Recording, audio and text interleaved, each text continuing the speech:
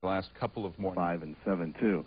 I just got off the phone with Frank Kishton, who is the federal coordinating officer for the fires in Los Angeles, the disaster that was handling all the wildfires. And they're setting up a regional operating center, which is a joint center with the state and federal government, FEMA. Reports to us of the quake something like, I guess, about 40 minutes ago, Bernie. Indeed, Bob, and as you were talking to Michael and to Leon, there was another aftershock. I want to report to you one of the strangest scenes one can ever see.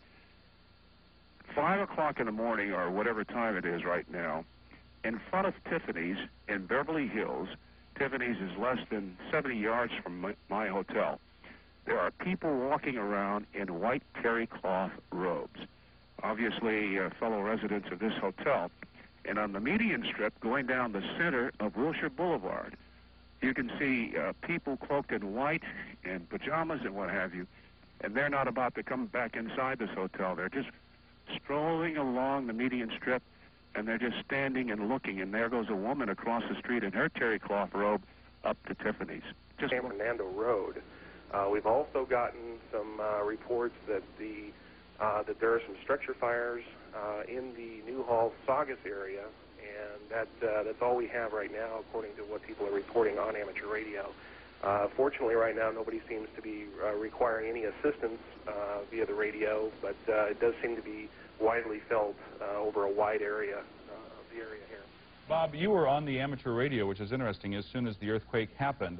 Is this something that you typically would do to try to find out exactly what's going on, and what were the other people, besides the damage reports, what were the other people on the line saying? Well, of course, they were giving immediate responses to the earthquake as far as how it was felt, and we try to get a general idea of what the size or the magnitude is of the quake. That's the preliminary reports, and then we'd come in with anybody, of course, anybody needing any help. Normally, I'm there working at KNBC in the master control room, but fortunately I was off tonight, but certainly felt it out here. I also want to say to Steve Crow, our cameraman there, that I have not been able to get a hold of his wife in the Newhall area, been trying, and also to Jim Hart there, his wife is okay out in Palmdale. Out here in the Antelope Valley seems to be okay. But radio-wise, people do seem to be just reporting damage, and nobody seems to really need any emergency help right now. Okay, thank you very much. Bob from Lancaster. We're going to go right now to Terry Frost, who is one of our resident seismologists here at KNBC, amateur seismologist, and you frequently call in some of these earthquakes that happen around here. Terry, what can you tell us about this from your experience? Well, it obviously was a fairly large quake. I would estimate somewhere between 6 and 7, and I did get an azimuth on it, or a direction, from my location out here in Rancho Cucamonga, and it's about 265 to 270 degrees, which would put it almost due west to me. And if I have a mileage correct, which is very preliminary right now, is about 62 miles. And they're in the San Fernando Valley. Most of the damage, we would assume, being in the valley. And we're hoping, we don't know yet because we're just getting reports in, we're hoping that the damage is of the type that that I was reporting at in the Glendale area where I live, and that is that just bookshelves came down, and ceramic items came down off the shelves and may have broken, but there's no structural damage. But we don't know yet. Odds are there's probably more substantial damage the closer you get to the epicenter, and in other areas where the soil is particularly loose and structures are built on them. Just looking through some of the reports that we're getting, most of these by telephone, as people get up this morning and try to figure out exactly what happened in their areas. As we said, that there are fires burning in the San Fernando Valley, 5 fires so far, probably caused by broken gas mains that then... About the earthquakes that you have been describing as the Santa Monica Swarm, is it possible then that those earthquakes we felt last week, when there was almost one a day that was actually able to be felt, is it possible that those were foreshocks to what we felt this morning? That is a possibility. I'm not going to go that far to speculate on that. Like I said, the thing that caught my mind first was the fact that when I did get a direction on this, it pointed in that direction, and the mileage was about right. However, I could be off quite a bit, but I'm almost fairly certain that the quake is in LA County, in your area, and close to the ocean. Okay, Terry Frost, thanks very much. As the morning goes on, in fact, indeed, in about the next half hour or so, we should be able to find a preliminary epicenter, a starting point for this morning's earthquake. As soon as we get that information, we will pass it on to you. Right now, the best we know is that this was an earthquake that came through about 4:31 this morning, lasted about 30 seconds in the strongest hit areas, and preliminarily may have measured 6.5 on the Richter scale. Okay, right now we're going to go upstairs to the newsroom to Colleen Williams and Chuck Henry, and they're going to tell us a little bit about what to do during these aftershocks. And you may be feeling some, you know, during the next couple of hours. There are bound to be many. Colleen, Chuck, good morning. Okay, thanks, Carla and Ken. If you're joining us now, you can see on the screen here what to do after an aftershock. If you're inside your house, stay there right now. Get under something sturdy. Certainly don't do what I did this morning. That was to jump out of bed immediately and run in to see what's going on in the house. Stay away from items that can fall off the shelves or break. Specifically televisions. A lot of people have televisions up high these days, and I know we lost a lot of monitors here in the newsroom. The other thing people are worried about is, of course, gas and gas explosions. 7. Could you tell us once again, what community are you in? I know you're in the San Fernando Valley. I am in the community of Sylmar, where the earthquake took place in 1971. Our home is located within 1/2 mile of the 210 freeway and the I-5 freeway, where they come together before they go over Newhall Pass into Valencia and Saugus. Tom, have the firefighting equipment, have the fire engines been able to get through? We've heard that there are a number of landslides in the quake area. So those houses that are burning, are they just burning without any help from firefighters, or did I miss something you had said earlier? No, you have not missed anything I said earlier. Can perhaps not see more damage, more visible damage. We're going to break here for a second, Bernie, and go to John Lynch. He is with the National Earthquake Center in Golden, Colorado. Mr. Lynch, I think you can give us some official information on exactly how strong the quake was. Do you have an epicenter yet? Yes, we have a location 20 miles southwest of San Fernando, California. Occurred at 4:31 a.m. Pacific Standard Time, and a magnitude of 6.6. How do you describe a magnitude 6.6 earthquake? What is it capable of? That's capable of causing damage in a populated region. We're just getting some preliminary damage reports. It's very sketchy at this time. Do you consider that a strong quake, a very strong quake, or what? That is a strong quake, yes. Is there anything more you can add for us? Not at this time. That's the preliminary information we have. Misinformation. Coming into work this morning, I stopped by Caltech. Students are down there. They're looking at the seismographs. I mean, obviously, the picture down there is quite dramatic. They're still trying to determine exactly where the epicenter of this quake is. It was a strong one. Once again, the folks down at Caltech told me it was 6.5 or greater. We do have some preliminary information on that. We have been in contact with the National Earthquake Center in Golden, Colorado, and they put this one, as you said, at about 6.5 to a 6.7, and they believe right now the epicenter was somewhere near the town of San Fernando. Right, which would coincide with the kind of phone calls that we're getting in here. The people that live along the beach communities, the South Beach communities, aren't reporting as violent a jolt as those that live in the San Fernando Valley area, out in the San Gabriel Valley area. Exactly what fault it was on, we do not know yet. It lasted a good 30 seconds with a lot of small aftershocks. I don't know about you, but I felt a real strong jolt for about 15 seconds as I jumped out of bed to see what the baby was doing. I have an infant just down in one of the other rooms. I fell as I got out of bed. Did you? And that was about 15, 20 seconds. It stopped, and then it started again. But it was a strong jolt, unlike any I've ever felt.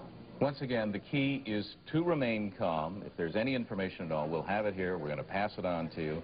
I guess the best thing to do is just stay by your television or radio. Let me tell you, Joe Rico was a big comfort this morning when I turned him on. Immediately after the earthquake hit, he was one of the only people on the air in the Los Angeles area, so he was able to give us some information. You knew you're not out there by yourself. And we do have crews going, like I said, fanning out all over the area, and as soon as we get live pictures, we'll be bringing those to you. But right now, it's just mainly reports of what people felt, and of course, the cautions about gas and water and electricity and those kinds of things. We're getting a lot of phone calls into the newsroom here, and Chuck and I will stay on the community desk here and get back to you in just a few minutes. Kent and Carla, back to you in the studio. All right, Chuck and Colleen, thanks very much for that. We appreciate it. Again, you're looking right now at a live picture. The Earth has not settled down just yet. This is our Channel 4 seismocam. It is showing us a picture of what's going on during this morning's earthquake. This exact videotape taken at 4:39 this morning when the main thrust of this morning's earthquake hit. Again, preliminarily, we're hearing 6.5 to 6.7 on the Richter scale, perhaps centered somewhere in the San Fernando Valley, an area of about 3 million people just to the north of the Los Angeles basin. Time right now is 5:21, and we're not going to have daylight for at least another hour and a half, a little bit longer. And the one thing that I want to remind some of our viewers out there are a lot of folks that don't have any power. And the thing to remember is use a flashlight. Do not use any candles. One of the hazards that you might find during the earthquakes is that there's gas leaks, and if you light any candles there, you know, it might prompt some type of an explosion. You can see right there that there's a lot of power out. Usually at this time of the morning, there are lights twinkling all over the place. This is our live picture from Mount Wilson. Carla, this is a picture that regular viewers of our morning news programming on Channel 4 are used to seeing. About 5:30 each morning when we crank up Today in L.A., we show this picture, but there are usually twice as many lights as you're seeing right here. And you can see wide areas of the Los Angeles basin and of the San Gabriel Valley that are going without electricity this morning. Now, this picture from atop Mount Wilson, about a mile up in the sky to the north of the area, shooting the picture south, shows that there is just not as much activity in terms of electricity as there usually is at a time like this. It's something we'll be watching throughout the morning, and we have been reporting these power outages. And very briefly, there has been extensive damage reported already, perhaps one of the worst cases so far that we are continuing to investigate right now. The report, emphasized report, of damage on the Santa Monica Freeway closed at Fairfax, with perhaps some cars damaged there. We'll stay on top of that one. Okay, let's hear what some people have felt during the morning hours. We're going to talk to Marty Ryan. Marty, can you tell us where you were at? He's a came off the walls. It was impossible to even try to stand up and walk around. So it was really, really tough. And we can kind of see from our bedroom, perhaps several hundred homes, and there's absolutely no power on out here, and people are walking around the streets a little bit. I don't think anybody was hurt, and no major damage, but it was a violent shake, no doubt about it. Okay, we're showing you pictures from the KNBC newsroom. This is not Marty Ryan's house. What about the neighborhood? Yes. What about the neighborhood? Did you have people coming outdoors to check on one another? I know that happened in my neighborhood. Yeah, definitely. There were some people. There's a street above us and a street below us, and we could see flashlights and a couple occasions of cars that were outside already, with headlights going on, and people talking to each other a little bit, and we felt all the aftershocks, the shocks that Rico was talking about earlier in the coverage. And every time he said they were feeling it there at work, we were also feeling it out here too. So this must be kind of in the area where things were the worst. Marty, this was an earthquake that Caltech is telling us preliminarily measured between 6.5, 6.7 on the Richter scale. You have been a producer around Los Angeles on and off throughout your career for a long time. Is this as bad as anything you remember? Certainly the numbers would tell us it was worse than even the Sylmar earthquake of 1971. Yeah, I was not here for that one, but I know that the couple that we've had in the last 2 or 3 years, this was by far the worst. Again, the others just had a strong rolling feeling. This had a real violent shaking about it. Yeah, I felt the same way too. I mean, it felt, we hear this so often, it felt like a train coming down the tracks, and you could, feel that thundering, and then pow, and then all of a sudden it started shaking. Everybody calm in your area? A little bit more comforted now that there's not as much shaking? Yeah, I think the first few aftershocks, everybody, at least my wife and son and I, were very, very nervous, and, it was frightening, but it hasn't been so bad lately. There have been a few aftershocks, but they've been more of a general nature, and there doesn't seem to be as much activity outside now. I think people have probably gone back into their homes, and it is a holiday, a school holiday here today, of course. So I think there's a chance that people will maybe try to just hang around the house and sleep in. We might caution that you should look out for more aftershocks. More details from people in the business areas as they head into the business communities to determine what damage there has been in commercial buildings. All the folks who checked in with us from hotels and from their homes have described the trembler that hit as of a major magnitude. They said furniture collapsed around them, the lights went out, and a number of communities in the Los Angeles area are without power. We're going to go back now to Larry Weissman, who is an eyewitness from the Northeast, who is visiting his parents north of Los Angeles. Larry, bring us up to date, if you would, please. I'm in the San Fernando Valley, Sherman Oaks, California. There is still no power anywhere that I can see. I am on a major east-west street, Sherman Way. Absolutely no signal lights. An awful lot of civilian and emergency equipment going back and forth. I see no fires whatsoever in the area that I am in now, and a few people on the street doing the same kinds of things that Ron had described earlier, and the other eyewitnesses checking on family members. I've seen no damage to any buildings, but still no power whatsoever. Some people have joined us within the past few minutes, I'm sure, Larry. If you could go back to 4:35 a.m. and describe what you felt and what you did about it. Is about the best description you can give, and I suppose after this morning we're not going to have to tell any of the viewers what it feels like on a freight train, because it feels like this. You can see that stylus right there, that needle just moving back and forth. It is still going very strong, and you can feel the vibrations kind of slow down a little bit.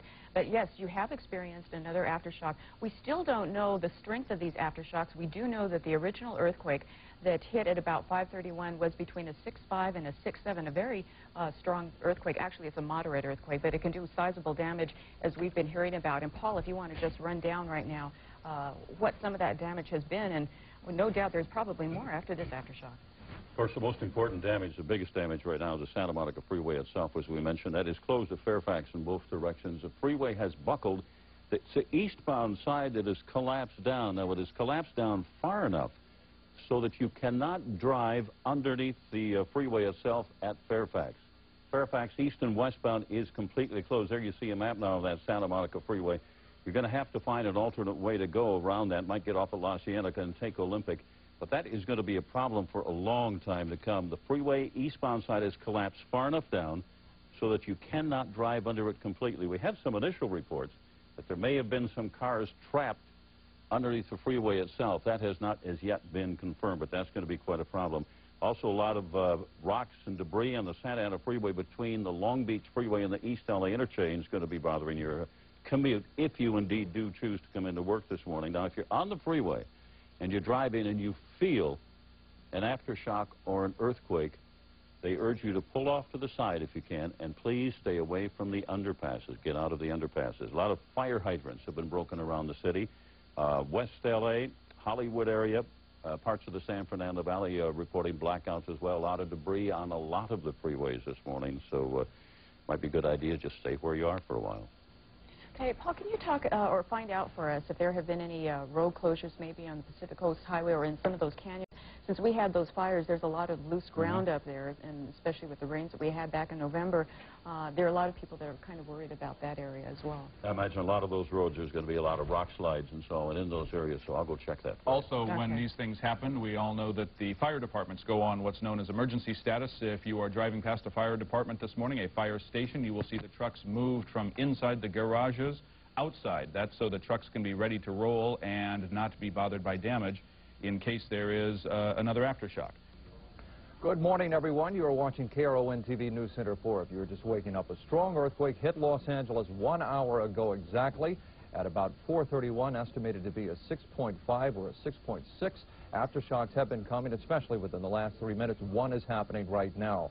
We are monitoring all information and pictures coming from the Southland, from KNBC, NBC News, CNN, and Story. Now we return to coverage from our sister station, KNBC. We hope that you are fine. We're here. We will stay on the air. We'll continue to inform you. If you're looking for a comparison, and we have been mentioning these numbers throughout the morning, if you are trying to compare the strength of this morning's earthquake with past earthquakes you may recall from Southern California, let's give you a very quick rundown right now. This morning, preliminarily, we're saying that this earthquake, according to Caltech and the Earthquake Center also in Golden, Colorado, measured between 6.5 and 6.7 on the Richter scale. By comparison, the Sylmar earthquake of 1971 measured 6.4, so this morning's earthquake would be stronger than that. The Whittier Narrows earthquake of 1987 measured 5.9, so this earthquake would be stronger than that. And the biggest earthquake recently, the 1987 Imperial Valley earthquake, the Landers earthquakes, 6.2 and 6.6. That was in a mostly unpopulated area, and so the damage and death toll from that earthquake was lower, but still that was the strongest until this morning. Now we have a quake of 6.5 to 6.7, quite strong, coming through 4:31 this morning, lasting about 30 seconds, a strong, jolting, rumbling earthquake, and we have experienced, as you have pointed out, the aftershocks from that. Now, Carla, the downtown area right now, what we're hearing. videotape. And you have car alarms going off. Actually, you have all kinds of alarms going off. People going outside trying to figure out what's happened, how much damage has been caused in their area. This is videotape brought to us by one of our photography services. These are gentlemen who take pictures of overnight activities around Southern California. And they were on the scene as the shaking was going on, and to be on the scene this morning means to be anywhere from Santa Barbara and Bakersfield to the north, Las Vegas to the east, and San Diego to the south. This morning's earthquake, believed to have been centered in the San Fernando Valley, was felt over a very, very widespread area. Let's listen in, see what this man has to say. I mean, how powerful? Oh, pretty powerful. Hold still now. It's just going to be a little while before Reports of any major injuries or large numbers of casualties. Harry, we've had an occasional report of fire in I say live, forgive me. It is a videotape taken from earlier this morning. Has power in some of the high-rise buildings. Let's go live right now to Conan Nolan, who's at Caltech, and he can give us a lot more information on this earthquake. Good morning, Conan. What do they have so far? Well, good morning, Carla. Just a few moments ago, we heard from Dr. Kate Hutton of the California Institute of Technology here in Pasadena, and she's going to be briefing us in just a few more minutes. But what we've learned thus far is that this is, and you've been reporting, this is a magnitude 6.6 earthquake. It was centered in the northern San Fernando Valley area. They're still trying to ascertain the exact epicenter. They've been in contact with the National Earthquake Center in Golden, Colorado, and the 6.6 number is what both agencies have agreed on. We understand, of course, as you've mentioned, that there are some major aftershocks. Those aftershocks are what they're using to try to nail down the epicenter of the quake. But as it stands right now, again, it's in the northern San Fernando Valley. Folks, just a few moments ago, Kent, as you were talking about the aftershock that you were feeling in Burbank, here in Pasadena, we didn't feel it very much at all. So obviously, this area has not been hit nearly as hard as some of the other areas in the valley. In fact, the lights are on here, and they've been on for the past, I'd say, past half hour to 45 minutes. Meanwhile, much of San Fernando Valley remains in the dark. As I was traveling here,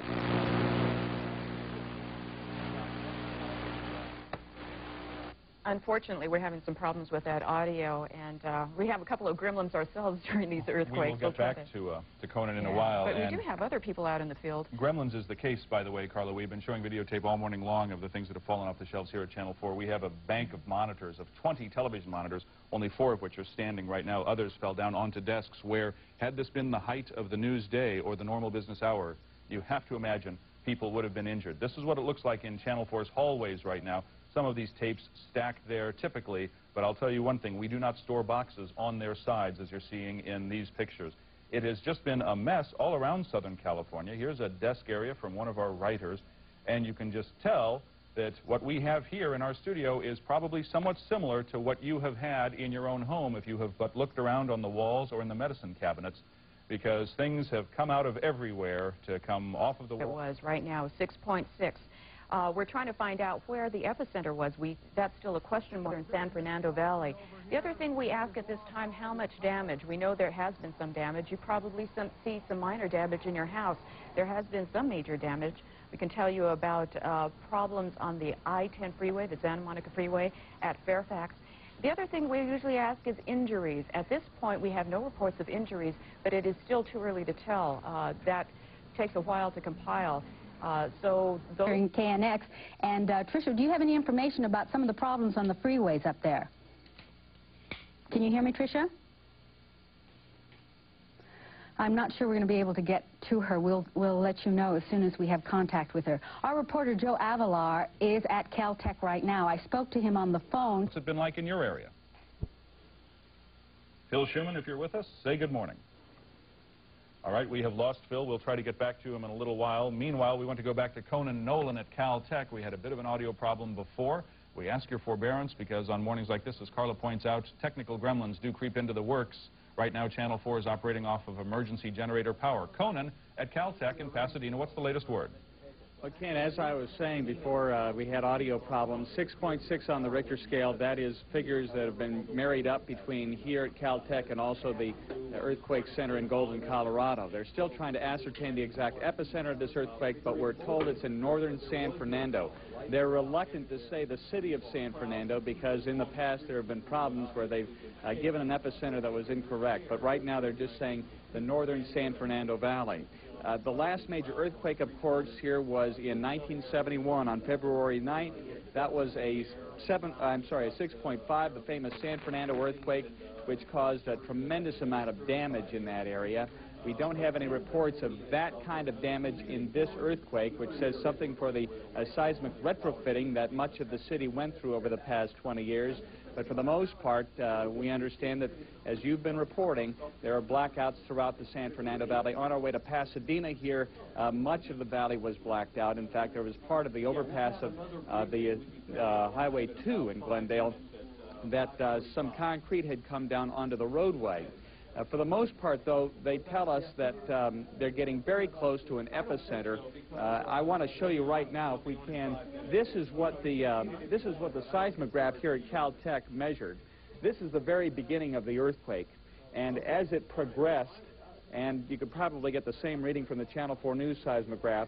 This is essentially the end of the main shock, and then the beginning of some of the major aftershocks. And the corresponding data from the seismograph, from this particular seismograph, reads almost the same way. Very strong, then it lightens up after, of course, we make our way through the major aftershock, and then a few more aftershocks after that. Now, keep in mind, there is a slight chance that this was a foreshock, although that diminishes with each passing minute. This was, indeed, appears, the main quake that we felt at 4:30. You can brace yourself for some major aftershocks, at least a 5.5 at some point. That usually does happen, and Dr. Kate Hutton is going to be talking to us in just a few moments here, giving us the latest information on this. But in terms of aftershocks, as we all know, you can expect some major ones, at least a 5.5 at some time in the very near future, diminishing with time. That's, of course, under the assumption that this wasn't a foreshock, kind of a frightening idea that another large one is headed our way. But again, as time progresses and we're okay, there is no major shaking, then the chances of that diminish dramatically. Again, 6.6 on the Richter scale, and let's glance over and see what Dr. Hutton is now writing down, probably a shallow thrust fault. Now keep in mind, this is the San Fernando fault where the earthquake took place in 1971. Is that right? No, I was wrong. Probably a shallow thrust fault under the San Fernando Valley. Okay, Dr. Hutton, are you ready to give us a statement here, do you think? At 5:45. Okay, we've got about 5 minutes. Again, they're getting information very slowly here, but they're paying very close attention to where the aftershocks are coming from, slowly narrowing it down. They hope to ascertain very shortly not only the epicenter, but how deep the quake is. The one in India last year, I believe, was a 6.2 or 6.3. But, of course, that's where, in third world countries where you have mud huts and very poor construction collapsing on people, those can come down in a hurry. Fortunately, in this country, and especially in California, we have had some very strong seismic codes instituted in the last 30, even the last 50 years since the 1933 Long Beach earthquake. And so that does a lot to mitigating our damage in this country. We have so far no reports of any injuries and no verified reports of any major structural damage. Does that surprise you, or are we just late getting the word? No, it doesn't surprise me because of, as what I said, California has very strong seismic building codes, and since most of the construction in the Los Angeles basin is of the last 30 to 50 years where they have built for earthquakes, that type of civil engineering and structural engineering codes are paying off. And as we are in the business are fond of saying, earthquakes don't kill people, buildings kill people. Thank you for talking with us. We've just talked with Pat Jorgensen of the U.S. Geological Survey in Menlo Park, California. Jan Fonder has contacted us by phone. If you wouldn't mind, we're going to pan over. Okay, you're going to. Great. This is a bedlam right here, as you can imagine. There's a board that Caltech put in a long time ago to help the television media get a picture from this particular room downstairs. For some reason, that's not working, so we've had to go back to the old-fashioned way of cabling up from the street all the way to the second floor of the seismology building here. But in any case, Dr. Hutton's going to be giving us the latest information. I have to tell you, though, everybody adds their own personal insights into these kind of things. As a native of Southern California, I've been to my share of earthquakes. I was in the Loma Prieta earthquake at Candlestick Park in San Francisco in 1989, and I can tell you this is probably the strongest earthquake I have ever felt. It was quite remarkable. Well, again, Conan, indeed, that earthquake then in 1989 was 7.1 on the Richter scale. That was an earthquake that claimed 63 lives in the Bay Area, $7 billion in damage, and for you to say that this one was the strongest you have felt since then says something, because that was indeed a strong earthquake. The last really strong earthquake felt in Southern California was the 6.4 Sylmar earthquake in 1971. Right now, we're trying to find out if we can get Kate Hutton at Caltech, who's going to give us the live update on this morning's earthquake. Okay, I'd like to give you a summary of the activity this morning. The preliminary magnitude 6.6 for a quake at 4:31 this morning in San Fernando Valley. It was widely felt all over Southern California, as far away as Las Vegas. We believe it was on a shallow thrust fault under the San Fernando Valley. At this point, we don't know whether it's one of the main named faults or whether it's something new. There were, well, a lot of aftershocks as far as the recording is concerned, and we haven't been able to look in detail at their magnitudes or distribution. But I know that there were at least one probably in the 5 range, and several more that I personally felt, so those would be in the 4 range at least. We expect aftershocks to go on at least for a week or so, maybe a month or so for this sized earthquake at an ever-decreasing rate. So people will be feeling a little bit of shaking here and there. It's best for people to be aware of damaged structures, because aftershocks will be continuing and they could cause further damage. Dr. Hutton, how big could the next aftershock be? Well, the textbook earthquake has an aftershock that's a little bit larger than 1 point less, or a little bit less than 1 point less than the main shock, so in the 5s. And that, yeah, and that could cause damage to damaged buildings. This thing seemed to last a long time, the original quake. Is there any way to say, can you specify how long the earthquake lasted? Well, it actually probably took the fault only 10 or 15 seconds to break. But because of reverberations of waves within the crust, and also buildings vibrating, and also aftershocks, you probably felt it for longer than that. And depending on where you are, what type of soil you're on, what type of building you're in, what floor you're in, so forth, it could be anywhere from 10 seconds to 20 or 30 seconds. Is it your belief that this is a different fault then than what ruptured in 71 in the Sylmar quake? At this point, it looks to be south of the activity in the 1971 earthquake. So at this point, we think it's probably not on the San Fernando fault. But it does appear to be a shallow thrust fault. So it could be a buried thrust under San Fernando Valley. What is a shallow thrust fault? What does that mean? Well, that's the geometry of the fault. Now, a lot of faults in California go straight down into the crust. But this one goes at, the San Fernando fault went down at an angle of about 45 degrees, and this one appears to be more shallow than that. So the fault actually has an angle to it, and San Fernando Valley would be up here, and the fault is like this. So most of San Fernando Valley is going to be exposed to activity very close to the fault. Okay, and a thrust fault means that this side is sliding up over the part below it. Dr. Hutton, does it follow that because the initial earthquake was centered over the northern San Fernando Valley, that the aftershock would be centered there as well, or could it be centered somewhere else? Okay, well, the epicenter of the main shock is only the place where the rupture started, and then the rupture spreads out, sort of like unzipping a zipper. You start on one end and it moves all along. So the aftershocks will be distributed all around the area where the fault ruptured. So some of the aftershocks will be close to the epicenter of the main shock, and some will be near the other end or the extent of the rupture during the main shock. So that's why the aftershock distribution is so important to us, to determine exactly what the fault plane was that broke. Can you say at this point what communities the fault runs through? Do you know exactly the path of the fault? No, at this point we don't know exactly what fault it's on, so it's hard to say that. But if it's a shallow thrust fault under San Fernando Valley, then all of San Fernando Valley will be affected because they will all be within a fairly close range. If I can do this thing with my hands again, here's the surface with San Fernando Valley right here. If the thrust fault is under here, then all of this whole area is going to be rather close to the fault. Now, there was on the cube system an indication of a 2.1 at 9:29 last night and a 2.1 at 2:36 this morning in about the same place. Would those be considered foreshocks? If they check out to be at the epicenter of the main shock, then they would be foreshocks. And frankly, I haven't had time to look at that yet. Would there be any reason to believe that this is related to the Santa Monica quake last weekend that we had offshore?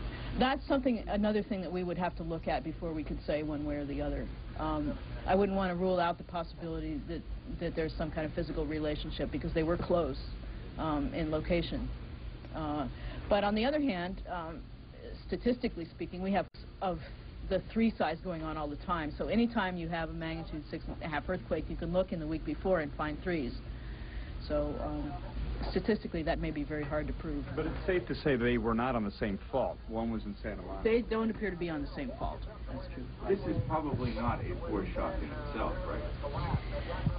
The chances that this quake is a foreshock, generically speaking, would be less than, or about 5%, or 1 out of 20. This particular, if we use the San Fernando Valley earthquake in '71, though, as an example of what quakes are like in this area, that was a textbook main shock aftershock sequence. I mean, there may have been a few small foreshocks, but the main shock was the first, and then the aftershocks died. The faults really aren't long enough in the San Fernando Valley for an 8-point earthquake, are they? That's true. we hope that's the case. Yeah. Can we expect most of the significant aftershocks to be contained in a certain period? I mean, would you expect them during the next 24 hours, 36 hours, something like that? Well, the way aftershocks occur is they're the most common right after the main shock, and then they decay with time. In other words, they get less frequent with time. And earthquakes vary on how long that takes. Lander's sequence is still going on. But then, of course, that was a 7.4 earthquake. So if we compare it to San Fernando, the aftershocks, well, were mainly during the first few days, but they did go on for weeks, and on rare occasions, months later. Magnitude of at least a 5.5, maybe even stronger than that for some days. I would expect to see an aftershock, at least one, and maybe more than that in the magnitude 5 range. Dr. Hutton, you upgraded the earthquake along with the Earthquake Information Center in Golden, Colorado to a 6.6. Any chance of us seeing that upgraded further? Well, this is still a preliminary magnitude. We still have not had a chance to look at all of the records available to us, so we must... Where I live out here is the power just immediately went out, and when I went outside, it was pitch black. You could not see your hand in front of your face. And it's still like that. I've been going around my neighborhood, checking on my neighbors, and they all agree this is the worst they've ever felt. Have you seen any fires in your neighborhood? I'm not quite sure yet. I think around 3:45, but I'm not quite sure. It appears to be centered somewhere in the San Fernando Valley or up towards Oxnard area. I have not got a center on an epicenter yet. I did come in through the San Fernando Valley. We probably have... How close this was to the San Andreas Fault, and it's about 20 miles south of the San Andreas Fault. The San Andreas Fault in this area goes through Palmdale and Elizabeth Lake and Gorman. So this is not close to the San Andreas Fault. 20 miles south. Yeah. Still no exact fault, right, Dr. Lynch? Well, we know it's a shallow thrust under the San Fernando Valley. We don't know whether that breaks the surface at one of the known faults or not. Was 71 a surface? 1971 showed surface rupture along the northern edge of San Fernando Valley in the where the mountains meet the valley. Those of you who don't remember, the 1971 quake was a 6.5 magnitude quake under the town of San Fernando, caused the 210 freeway to collapse onto the 5. This earthquake at 4:31 this morning was magnitude 6.6 under the San Fernando Valley. The biggest thing we have gone through recently, of course, was Landers. Landers, right. And that was downgraded from above 7 to below 7. No, Landers earthquake was 7.4. 7.4, but there was a lot of, anyway. Yeah. In terms, this is right under us, if you will. So that you know, the force, the damage, all of that is a tremendous insult to us. I mean, physical insult to us, and that we can really feel it. Correct? Well, I don't know whether I don't particularly feel insulted. I don't really understand what you're asking. Well, in terms of the Landers quake, I-5 in San Fernando at Lyons Road. As opposed to this one, which we this is right under. Diverting traffic trying to to get what? a perspective here in terms of the force that we're talking about. Well, this quake was closer to the size of the Big Bear earthquake than it was to the Landers earthquake. And the Big Bear was an aftershock to Landers, so Landers was quite a different scale than this. I mean, that was. Dr. Hutt, we can expect some sizable aftershocks to this quake, can't we? I would expect to see a few in the magnitude 5 range, at least. Over how long a period of time?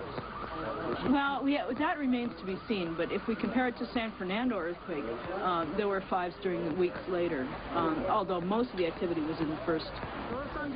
Departments on tactical alert. All right.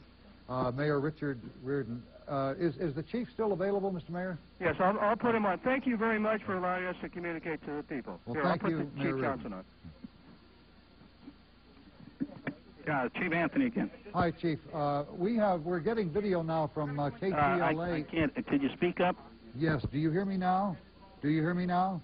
I can hear you better. There's a lot of commotion in the Emergency Operations Center. All right. Yeah, go ahead. All right. We're getting video now of a house fire. I'm told it's a house fire. And would this be in the San Fernando Valley? Do we know? Somebody, there, the reporter is being funded as reporting from Venice, California. Venice? Yeah, we also, that's in the West L.A. area, and we have also had reports of damage in the West L.A., but it is not as significant in the San Fernando Valley. We've had the West Los Angeles, which would be over around the International Airport, Venice area, and Santa Monica, which is right along the bay right there. We have had reports of some fires and some damage, possibly one of the freeway bridges, but not as significant as it is in the San Fernando Valley at this time, and we do have plenty of resources in that area. All right. Do you feel, a final question, The Nimitz Freeway in Oakland, I don't think I've ever quite seen this kind of damage to major traffic arteries here in Southern California, so the shaking in that area must have been very violent. Yes, Larry, it was very violent. Now, my understanding, I've just been told by some of the residents who live on the north side of this freeway, they tell me that there is a storage area that's right under this freeway on the other side, under the eastbound direction. Now, I have not confirmed that. They say that there are some people who live there because they live there. They maintain the storage area, and they're there 24 hours. We don't know if anyone has been injured, and we don't know if the police even are aware that there's a storage area under there, so we're going to have to check that out. Okay, Michelle, can you just share with us and with the Los Angeles viewers, please, what your first experience was like at 4:31 this morning when this massive earthquake shook Southern California? Yes, quite honestly, Larry, I had just gotten into my garage in my car, and I had stuck the key into the ignition, getting ready to start the car when I realized that we were having an earthquake. I just sat there as things off the shelves from my garage fell on top of my car. Now, as you are aware, it lasted an awfully long time, I'm sure over a minute. Once it was over, then I was able to get things off my car and proceed on to the station. Now, coming from the west side, every street is out. There is no power anywhere, at least while I was going through there. There's also no phone service, I understand, from the 310 area code. It was very eerie driving into work because you couldn't see it. The only lights that were available were the lights from the cars that were traveling on Santa Monica Boulevard. I noticed a lot of people were standing outside, obviously afraid and shaken by what they experienced, not quite sure what to do. People with blankets, people in their PJs, people coming out of hotels that are on Santa Monica Boulevard. And then, of course, I made my way all the way into the station in Hollywood, and no power whatsoever. In fact, I was kind of glad to see that we had some kind of power at the station so that we could get out and broadcast out. Okay, Michelle, what we'd like to have you do, Eric Spillman and I, is show us some more of the scene where you are there now, as we advise people not to attempt to use their telephones unless it's an absolute emergency, because that will interfere with what is obviously a huge volume of emergency calls that are going around Southern California right now. And there you can see some of the damage at Santa Monica Freeway at Venice and La Cienega that Michelle Ruiz was explaining to us just a moment ago. I'm Larry McCormick in the Channel 5 newsroom, while on the Channel 5 news set with Eric Spillman. And let us try, Michelle, if you would stand by right there for just a minute, to explain to those who are just tuning in and to those who have just awakened what has happened in Southern California this morning. What has happened is we have had a very, very powerful earthquake that first struck at about 4:31 this morning, lasted for at least 30 seconds, possibly longer than that. We are told that the epicenter was in the San Fernando Valley, that it was a 6.5 earthquake on the Richter scale, and Eric and I have had reports that it's been felt all the way from places like Fontana and the Wilshire area, St. Andrews Place, Fresno, and all the way up as far as Tumwater, Washington. The epicenter and the intensity of the quake as we have it right now may not be the final answer, because it was felt all the way as far as Tumwater, Washington, Eric. And Larry, what you're looking at now is a situation where you can see how severe the shaking was. And we've had reports of damage to roadways in several places in Southern. And good morning, everyone. I'm Sydney Kohara in the Channel 7 newsroom. There has been a major earthquake in Southern California. We are getting reports of lots of damage to the buildings and the roadways. There are reports of widespread power outages, gas leaks, and landslides. Los Angeles International Airport is closed at this time, as are some of the major freeways. We have Channel 7 crews on the way to Southern California, and we hope to have live reports from our very own crews later this morning. But for now, we want to return you to ABC News for continuing coverage of the Southern California earthquake. This has been a special report from Channel 7 News. Together, comfort now. Yes, minor injuries to a couple that lived in that fire, in that house. And it was solely to that one house. My understanding is it did not spread to other houses in that area, but that is now out. However, the house has been completely destroyed. Have you seen any other damage, Michelle, of a structural nature other than the portion of the collapsed freeway which you showed us a moment ago? In this immediate vicinity, right around this freeway, this is really the extent of the damage that we have seen. Now, of course, Larry, it's dark out. We can't see a lot, and I'm sure that we're going to be able to discover a lot more as soon as daybreak happens. Now, on our way here, we saw some damage from buildings and places of business, some windows broken, things like that. Yes, Michelle, Eric. we hate to interrupt you, but we're going to go now to Skycam 5, which is in the San Fernando Valley area. Jennifer York apparently overhead the site of some serious damage. I don't know if we have that available. Yes. But Michelle, would you stay right there? We'll get back to you. There we go. This is, we don't have an exact location. Can we hear you, Jennifer? It's in the San Fernando Valley, I understand, Eric. I don't know what the exact location is, but this is one of several fires which I understand Skycam 5 is over. And good morning. Good morning. Hi, Jennifer. We can hear you now. Go ahead and tell us what you know. We are just north of the 118 freeway. Again, it's very dark out here in the valley, but my guess is about Balboa, the Balboa off-ramp north of the 118. I can tell you these are homes that are completely engulfed in flames right now. It looks like at least 4 of them in the vicinity of this area that are completely ablaze right now. It looks like this could be a gas fire as well. Now, there's also a broken water main, and that is what you see on the streets. We're not able to give you a tight shot of that at this time. There's a broken water main as well. Now, as I look along the northern end of this valley, I can see about 6 other homes that are on fire throughout this various area. Again, this is just the north of the 118 freeway near the Balboa off-ramp. We do have fire trucks on the scene, but again, with... Okay, and this would be then a cross-section of what we see through. All earthquake, and I'm doing this a north-south cross-section because most of our faults run east-west. So at this point, although we just did see a picture of a truck that slammed into a wall that had fallen, part of which had fallen from one of the freeway overpasses. Right now, that is about all we can tell you. We have been talking with lifelong residents of Los Angeles all this morning who have said that this is one of the strongest earthquakes they have ever felt, and we have seen those pilots to come, and they were coming from the Valencia area, the Acton area, and he said there was just one lane of the 14 at the 5 open at that point, so I'm not quite sure what happened to the freeway at that area. I also noticed while driving to the airport in Van Nuys that the sound wall on the 101 westbound to the northbound 405 had collapsed. A portion of that wall had collapsed as well.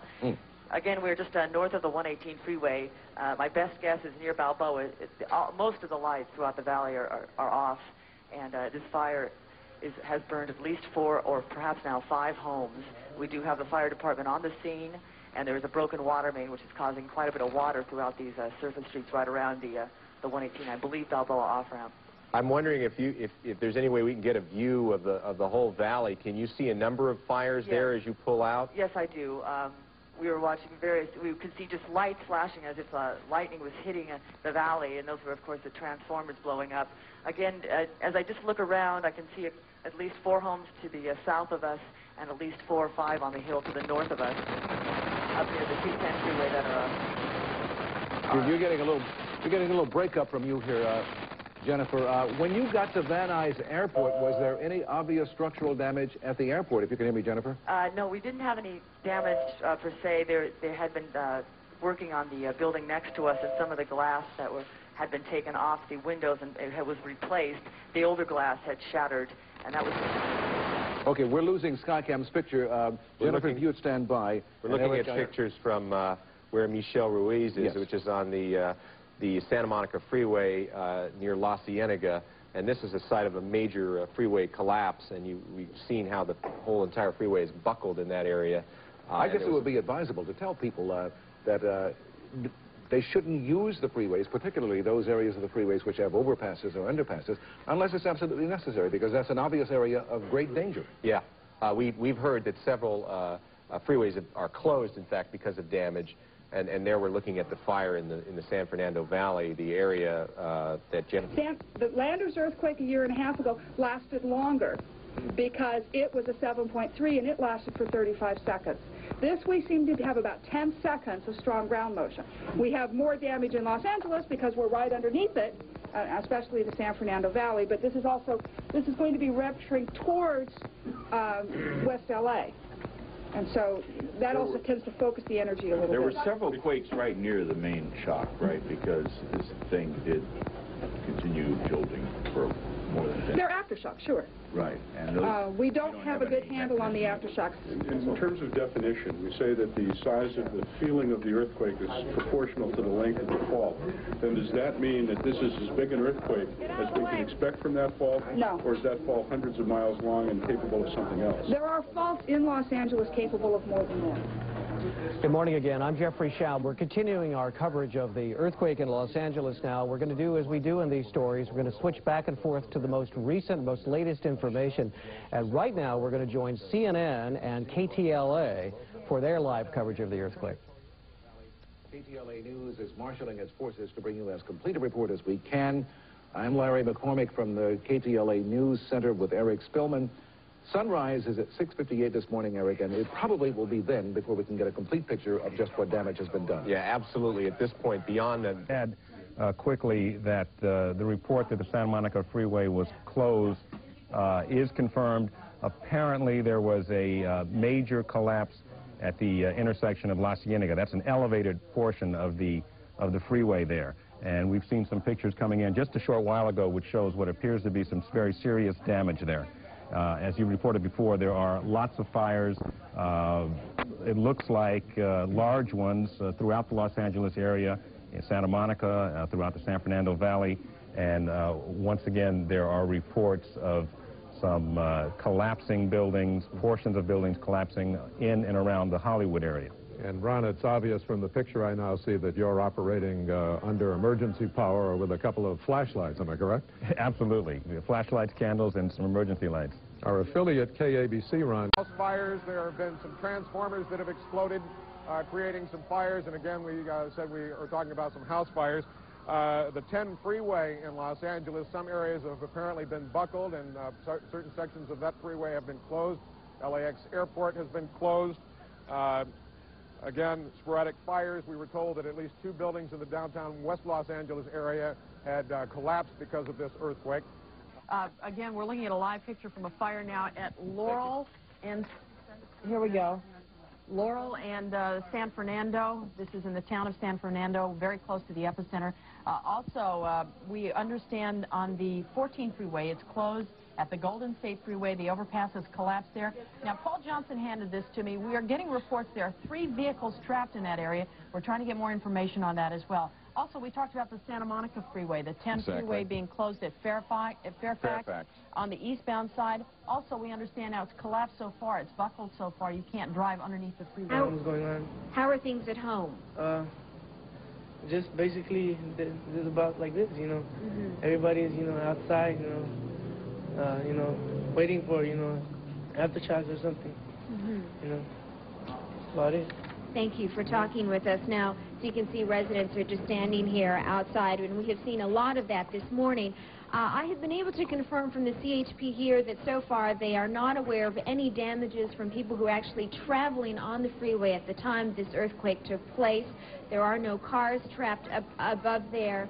Fortunately, everyone was able to get off. Now, let me just tell you, for those viewers who just turned in, on our way here, we traveled on La Cienega Boulevard, and we saw some extensive damage from some of the buildings and places of business. Windows shattered. We drove by the Beverly Center on our way here and noticed some damage from the Beverly Center onto the street, bricks, glass, all kinds of things. Of course, we'll get a better gauge of all the damage once Your car there?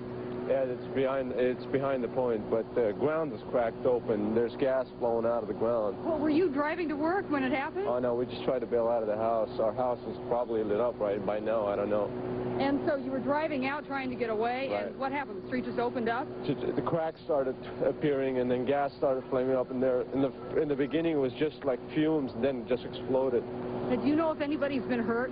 I don't know. We just bailed out. As far as I know, there's people stuck on the other side.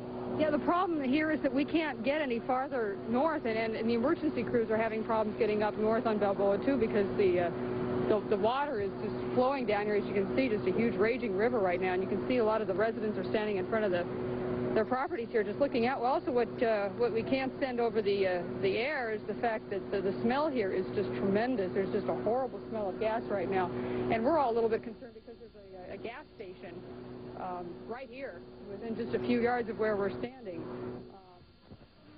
All right.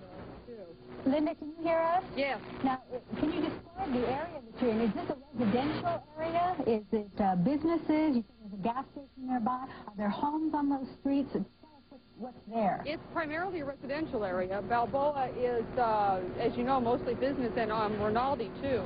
A lot of business areas. That's why I'm referencing the gas station. But once you get north of Rinaldi, and again, we are just north of the 118, then you head north into Balboa, and this part of Balboa is almost all residential. I also want to add... We are getting reports of freeways closed. Los Angeles International Airport, we are told, has been closed. The San Diego Freeway, the 405 connected to the 105, has been closed. Firefighters in Los Angeles earlier this morning. Why don't we just listen in? Right down on top of them, okay? Okay. We need you to do that. Okay. We are getting a lot of this footage in raw, and on occasion we do get a live feed from Los Angeles, so we must apologize for the somewhat haphazard nature of what we're presenting to you about the earthquake which struck Southern California at 4:35 this morning, has caused a number of injuries. A number of buildings have suffered some structural damage, particularly older buildings, but we haven't as yet been able to get a full reading as to whether any major buildings were made inhabitable by the quake. Judy, you want to pick it up from there? Sure. Well, I'll continue to tell you basically what I saw, which is that people were huddled outside Los Angeles area right now, according to Caltech in Pasadena, it's measured somewhere around 6.6 on the Richter scale. The epicenter is somewhere in the San Fernando Valley. This happened about a minute after 4:30 early this morning. We're going to be looking at pictures throughout this morning as we switch back and forth to our affiliate stations in Los Angeles. Right now, we can tell you that there are widespread power outages throughout the Los Angeles area that have been reported. There are a lot of fires. So far, none of them said to be major. Los Angeles Mayor Reardon has called a state of emergency in the area, and residents there are feeling strong aftershocks this morning. Some radio and TV stations have been knocked off the air. As we understand it, Channel 7 KBC in LA is still off the air right now. In the San Fernando Valley area, we've been looking at pictures of fires going in that area. Apparently started, or we assume started, by natural gas. Into the sky. And they are saying this is earthquake related. Something happened. It was ignited probably from a gas source, and the whole building is really lost. When I say the whole building, I'm talking of the top floors. It appeared to run through the attic area. Some of the lower floors at the present time do not seem to have been touched. But this has been burning for quite some time. You can hear the hose going into the building. Carlos, do we want to just take a second? I just want to show some of the damage over to the right here. Stan, while you're looking at that, yes, Larry. Let us ask you, you covered the Sylmar quake in 1971, and I was here when that occurred too, and I do not remember such problems with fires and broken gas mains. Well, that's true, Larry. Now, from our point of view, we have spotted only 2 fires, but of course, you know, a huge city, but... Jennifer York, for your information, was reporting to Eric and I at least 10. 10 fires. Yes. Well, and it's true, we did not have that many at that particular time. But we're feeling another minor, smaller aftershock here, Stan. I don't know if you're feeling it where you are, but we just not at the moment, but we are. Well, we can hear. I tell you what happened. Carlos, can you make one more spin?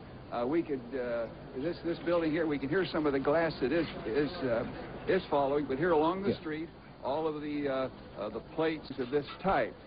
And just the glass broke, the items just fell out of the stores. Another thing along Ventura Boulevard, which I don't know if we can quite see. Carlos, do you mind making one more turn? This is going to be a little tougher. Beyond the red truck down there, can we see the water? This is a big water main, a big fire plug that is suspending water up, 50, 60 feet into the air. And there are several along Ventura Boulevard of that, where the water main is broken, the fire plug is gone, and the water is spinning up there. We can just barely see it. Another aftershock. Yeah. The aftershocks are coming now every few minutes or so. Stan Chambers in the San Fernando Valley in the Sherman Oaks area. Michelle Ruiz is in West Los Angeles, where she has reported to us. I was hoping we could talk to him. Yeah, this is just the one thing that we should point out to people. What you're looking at are the most severe examples of damage and fire resulting from the earthquake. In a lot of places, and we've spoken to viewers who've called in, they felt the shaking, obviously, but it may have just knocked a few things off the shelf or something like that, and did not cause the kind of damage or destruction that we're seeing here in these pictures. Yes. So in many areas, we don't want to give a false impression. In many areas, the earthquake was felt severely, but it didn't cause it anywhere near the type of damage we're seeing now. And I'm wondering if we could go back to Stan, and Stan, if you could give us a description of what you saw on the way to the location where you're at now. Did you see a lot of the epicentral area for the 1971 Sylmar quake, which had a major earthquake in the Los Angeles area? It happened about 4 this morning, measured 6.6 on the Richter scale, and it has caused widespread damage in the LA area.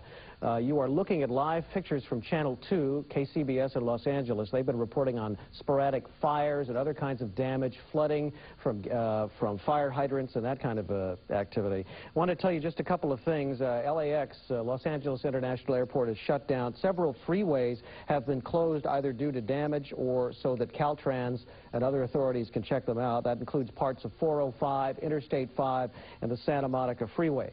We are going to rejoin KTLA now in Los Angeles for continuing live coverage. It's a black smoke. It's a very big burning fire.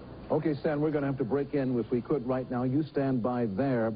Daybreak is about 28 minutes away, or about 25 minutes away, actually, at 6:58, at which time we should get a better idea of just how much damage has been caused. But right now, we're going to go back to Jennifer York in Skycam 5. At last report, she was telling us about a number of fires in the San Fernando Valley. Jennifer? Larry, what you're looking at right now is, I believe, 3 separate apartment complexes that are under fire just southeast of the Devonshire Police Station. That's the best location I can give you, just southeast of the Devonshire Police Station.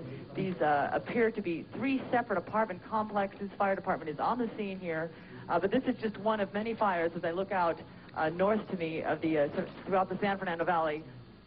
Just one separate fire. There seems to be at least 10 other homes on fire. Again, we were told that there might be another fire burning near Cal State Northridge. As well, some major freeway collapses. We saw one at I-10 at La Cienega that's headed towards Santa Monica. As well, there was one at I-5. I-5 at Highway 14. Also reports of part of the town of Fillmore being evacuated because a dam may have structural damage. Also reports elsewhere along I-5 of damage. And we might mention that in 1971... But they're having trouble dealing with all of them. They've been asking people to stay off the roads. Los Angeles Mayor Richard Reardon has declared a state of emergency following this quake. And during the morning, and the sun is just coming up now in Los Angeles, which will be a relief to everybody, but I imagine we'll have more tremors throughout the morning. We've already experienced several just sitting here talking to you. And we have a report here that one of the major highways, the Simi Valley Highway, has been closed because a bridge spanning the Simi Valley Freeway collapsed and the roadway buckled in several places, cutting off one of the main arteries from the San Fernando areas. We've had people call in reporting the smell of natural gas. This here, it looks like an actual gas main broke apart, and the gas itself from the main is on fire. Yes, it's being fed by the gas there, as you can see, Eric.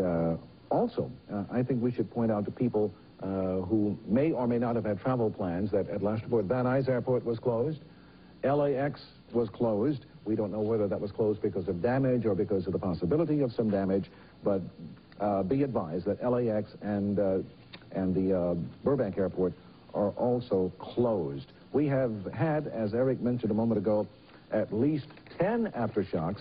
We continue to feel them. Aftershocks, of course, always mean the possibility of increased damage from the main quake itself. So if you perceive that you are in a building, whether it be a residence, a single-family detached building, an apartment building, or wherever, which may have sustained some damage in the original quake, then it would be advisable that you take precautions because an aftershock may cause even further damage. Right, and let's talk again about what some of our reporters in the field have seen as they've driven around. Debris in streets, people out on the street. Many people, after the quake happened, just went right out onto the street. They're fearful of going back into their homes, and we understand that. They're standing around. We've had reports of a train derailing in the Van Nuys area near the old Van Nuys auto plant. Whittier described the quake this morning as a rolling jolt. Again, you're looking at pictures of some of the damage right now from the quake we felt that hit at 4:31 this morning. 2 separate fires you're looking at here. The Laurel Canyon fire and the Sherman Oaks fire. As Carla reported, these are separate fires. They are not in the same area, and there are other fires throughout Southern California, and obviously we have crews going out into the Fillmore area. As well. The story about the dam there could be extremely talk about serious. today being a holiday. This is Martin Luther King's birthday. A lot of people are off, but we have had a call from the school district today, and they're asking that principals and plant managers report to their schools. They want them to go in and survey the damage in those areas and call in superintendents or watch commanders to report some of that damage. The best thing to remember today is probably, not only as we've said this many times, we can't overemphasize it, is to stay calm, and the best thing is just stay home. If you have a doubt about whether or not to go to work today, the best thing is just to stay home.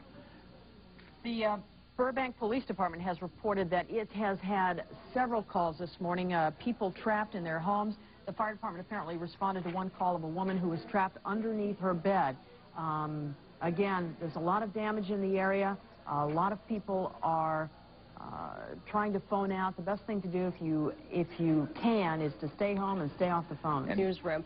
Power outages throughout the Los Angeles area. Phone lines are jammed. Please don't try to call down to the Los Angeles area right now because calls are being restricted. We understand from the LA County Fire Department there have been calls with over 100 fires down in the area. There are broken fire hydrants, water lines, creating a problem for firefighters trying to control those blazes. Now, we're also getting reports of at least half a dozen freeways that have been damaged, including some sections of the roadway that have actually buckled. We saw one report from one of our affiliates, and you're looking at some pictures right now. In fact, right now we are going to go to our affiliate in Los Angeles, KCBS, CBS, LA down in Southern California. We're going to take their live reports right now. Massive fire up in Sherman Oaks in the hills, the Stone Canyon area, that burned $1 million home.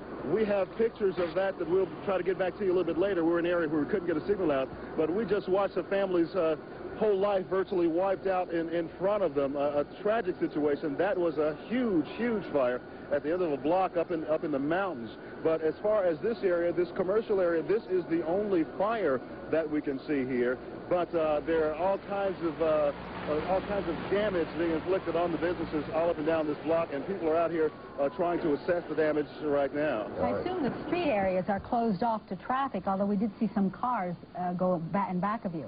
Yeah, just a few cars are being allowed through, and the fire people here are keeping a close eye and monitoring that situation to see if people really have to be through here. You know, this is such a vital thoroughfare in this area that they're trying to keep Ventura open as much as possible, especially because they have all kinds of fire equipment and apparatus that still has to come through. Right now we see in the distance another engine company coming to join in this effort because these people here, it's getting away from them. And Jose, as you talk on the screens of our viewers right now, we are watching the situation in Northridge, looking right now at a water main break, seeming to be on the verge of sweeping away those vehicles right near it. And off to the left there, you see the billowing fire that has not let up in intensity one bit in the past 30 minutes or so that we've been watching it, obviously being fed by natural gas.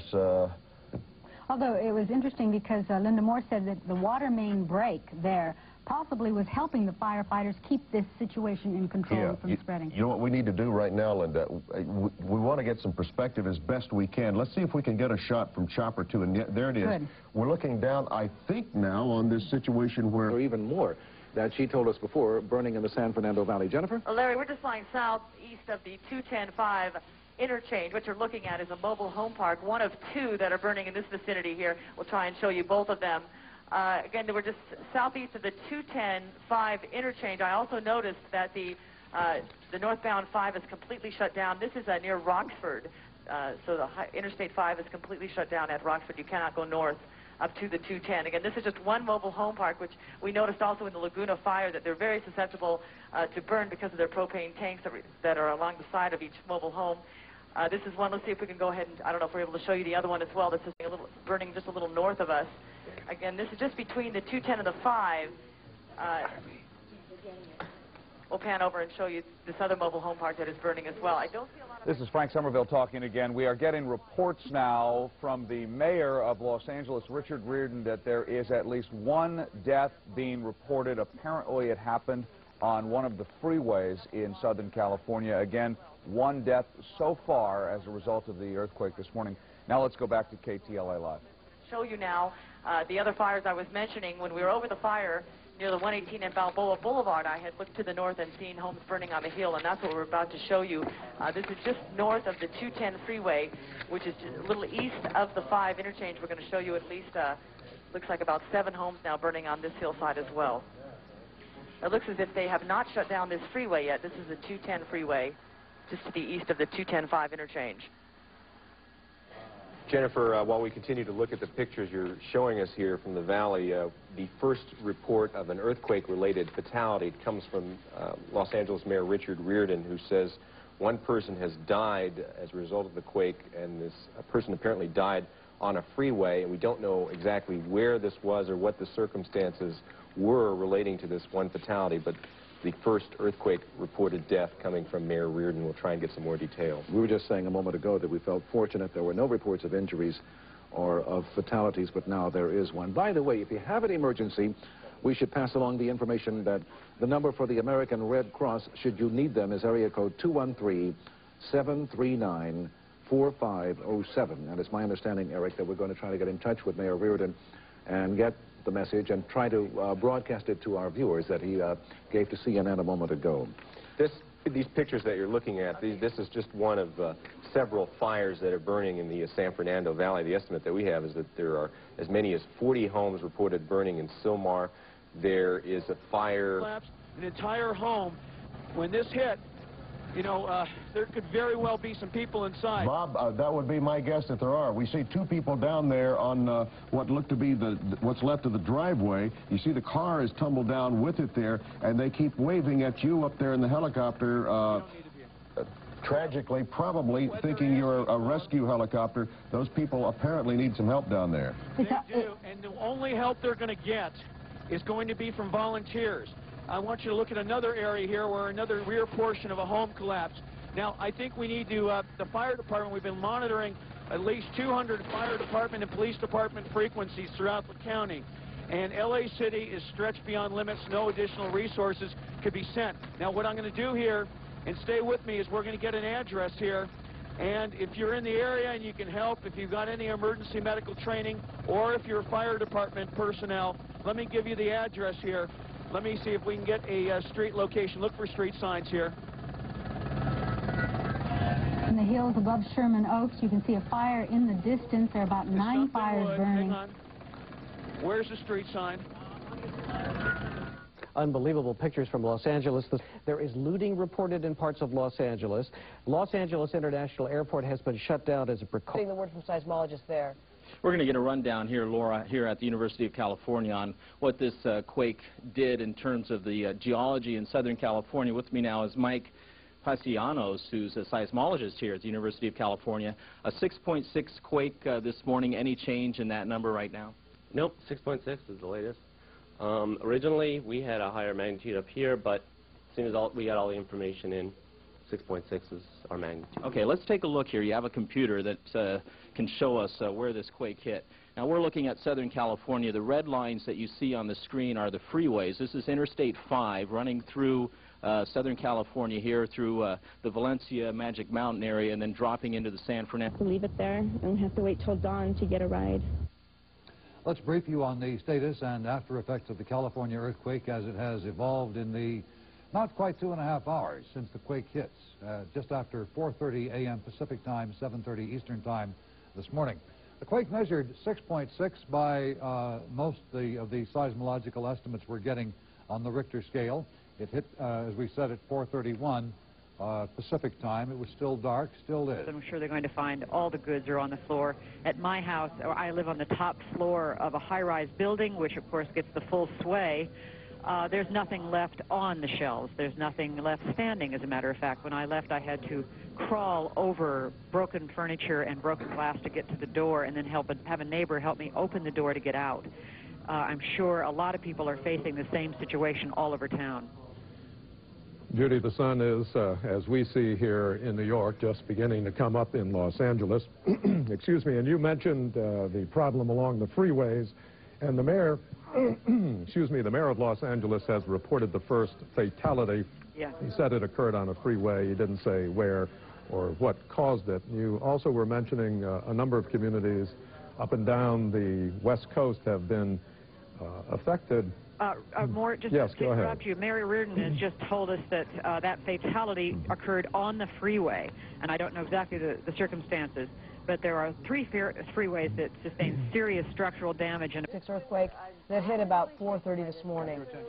There is a huge fire burning in Sherman Oaks. Also, you're looking live at it right now. 40 to 50 homes are on fire near Sylmar, where the quake was centered in the San Fernando Valley. Right now, we want to join station KTLA in Los Angeles for their continuing live coverage of the situation. Not as bad over where I was, but long and shook a lot, and there's considerable damage, even in my building there. What did you experience personally when it hit? everything falling out of the cabinets, you know, the building swaying. I'm on the 4th floor, so a lot of movement.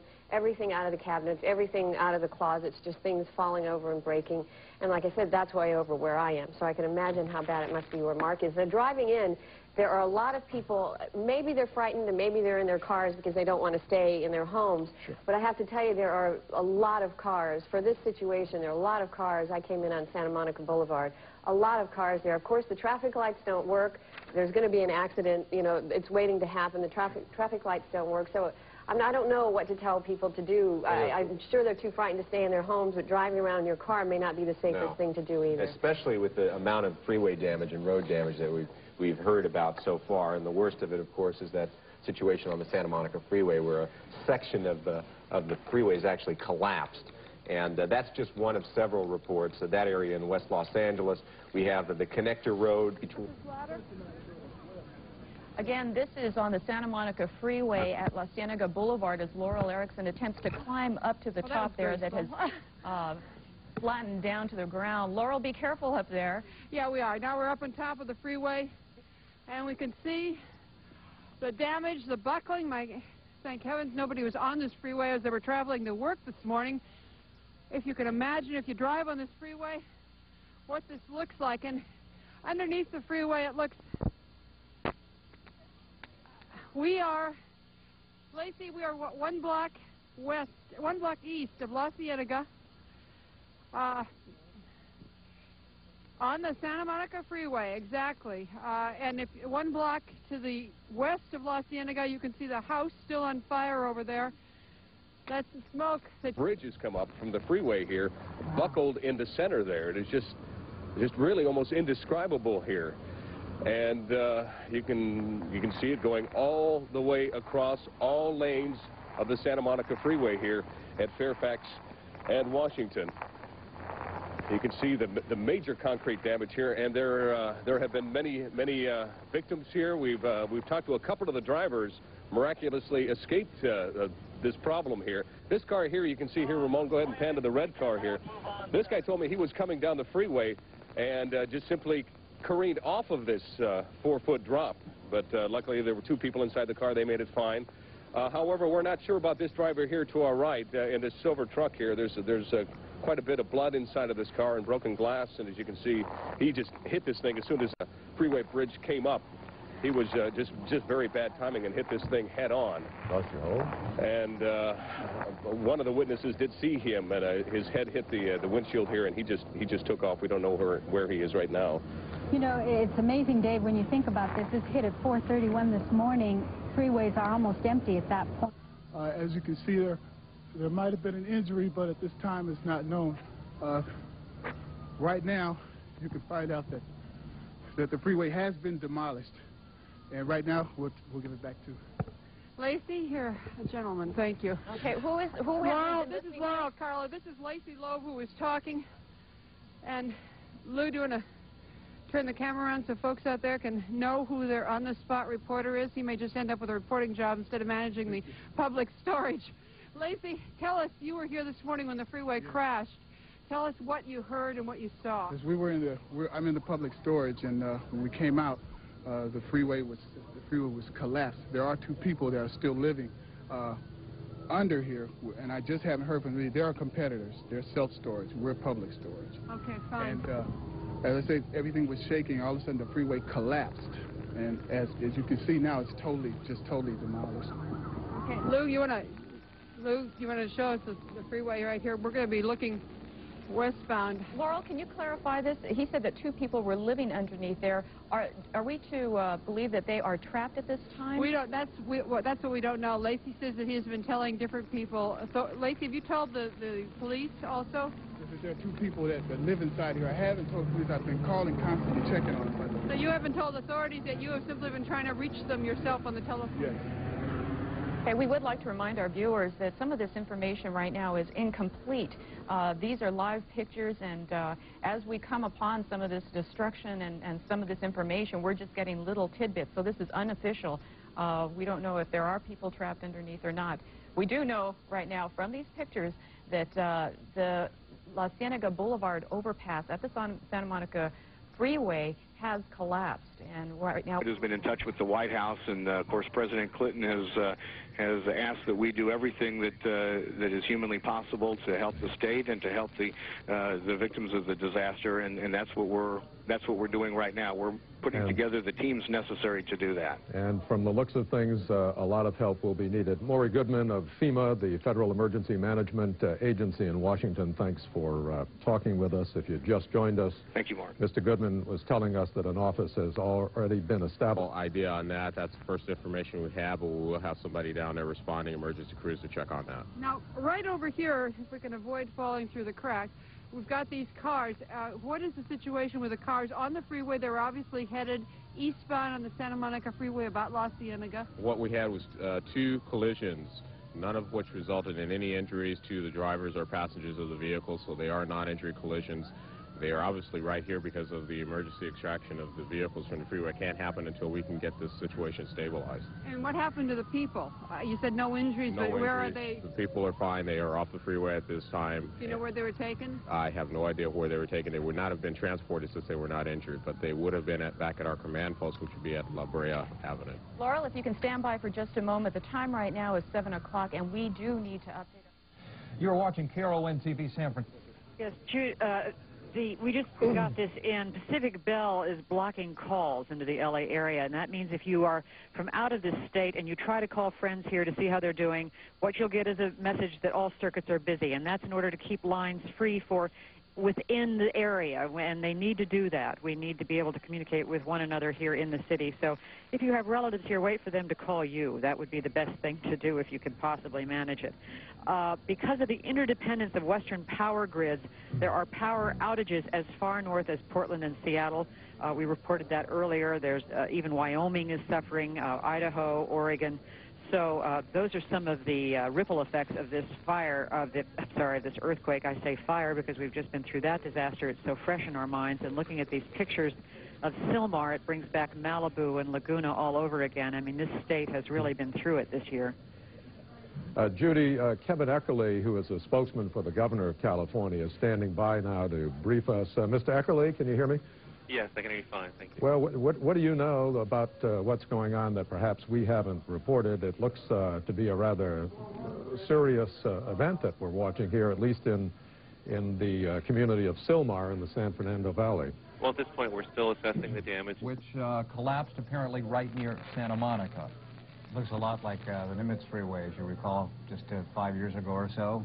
Here in the Bay Area. And this is just one of a handful of freeway closures as well. Sun is just beginning to come up around the Southland right now, so they are just now getting a better handle on damage estimates. As far as injuries goes, the mayor as well confirming a little while ago that one fatality has been reported. But no major reports of injuries at this hour. Still waiting for that to come in. As you can see, it's just now becoming dawn. The past 20 minutes, half hour or so, starting to get light. So there are lots of reports of fires, problems with the fighting the fires because the water pressure is gone.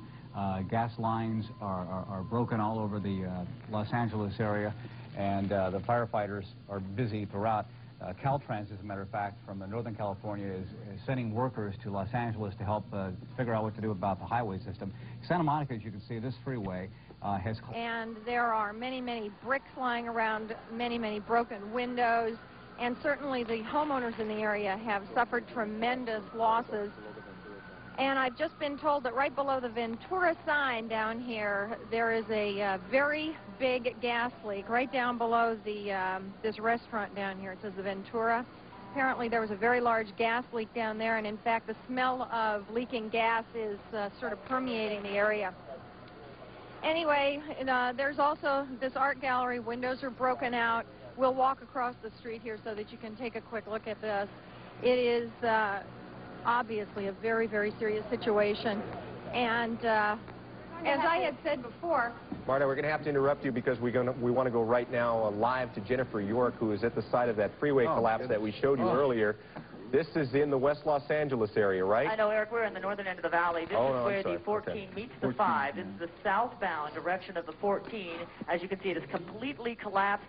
As this is the transition road onto the southbound Golden State. We do have a county fire landing on the freeway. We've been told that there are people trapped inside their cars I've counted at least 5 cars that are demolished by this collapse of the freeway. Again, this is the southbound transition road of the 14 onto the southbound Golden State. As you can see, there are some people standing around their cars, and apparently people still alive trapped inside their cars, and that is why the county fire helicopters just landed on the freeway. Show that it's a little to the right, Martin, if you want to pan over there a little bit. They just landed, and we'll stand by to see exactly what they do. Again, both sides of the 14 have been closed, and also the northbound State before the 14. Jennifer, so what is collapsed down on the what we see here? This is the 14 transition. This is the 14 and this to is the south. Well, there was some years ago one stronger, but this was such a violent, shallow quake. The October 1989 earthquake in San Francisco was 7.1. This is 6.5, but because of the shallow nature of it 9 miles down, they believe it really, really rocked and rolled. We now have 2 fatalities confirmed, and I don't know details of either. I know there were 2 heart attacks triggered by the quake, apparently not fatal. It is basically tying up traffic here and flooding everywhere, especially on the east and westbound Rinaldi direction, going towards, say, the 405 freeway. Traffic basically is moving at a snail's pace. Water going over towards the 118 freeway. We're not sure what the extent of damage is over there. And further beyond, as we're heading in towards Northridge, again, traffic moving very slowly. All that because of, again, as we take a swing right back over here, that's a major gas line rupture and a major water main rupture here. Again, we can also see 1 car in the wreckage on top, Jennifer. So you're also saying that there are some underneath. I saw at least 2, I believe, that were underneath. It's hard to tell with all the destruction. Again, as I look north of me, north of this interchange, there are quite a few truckers that have had to pull over, so this entire freeway, the southbound 5 is shut down well before this interchange, the 514 interchange. This has collapsed the southbound 14 transition road right on top of We're feeling another the aftershock. southbound lane. We are also just getting word now from Los Angeles that a total of 3 people are confirmed dead from the earthquake that hit this morning, the 6.6 quake.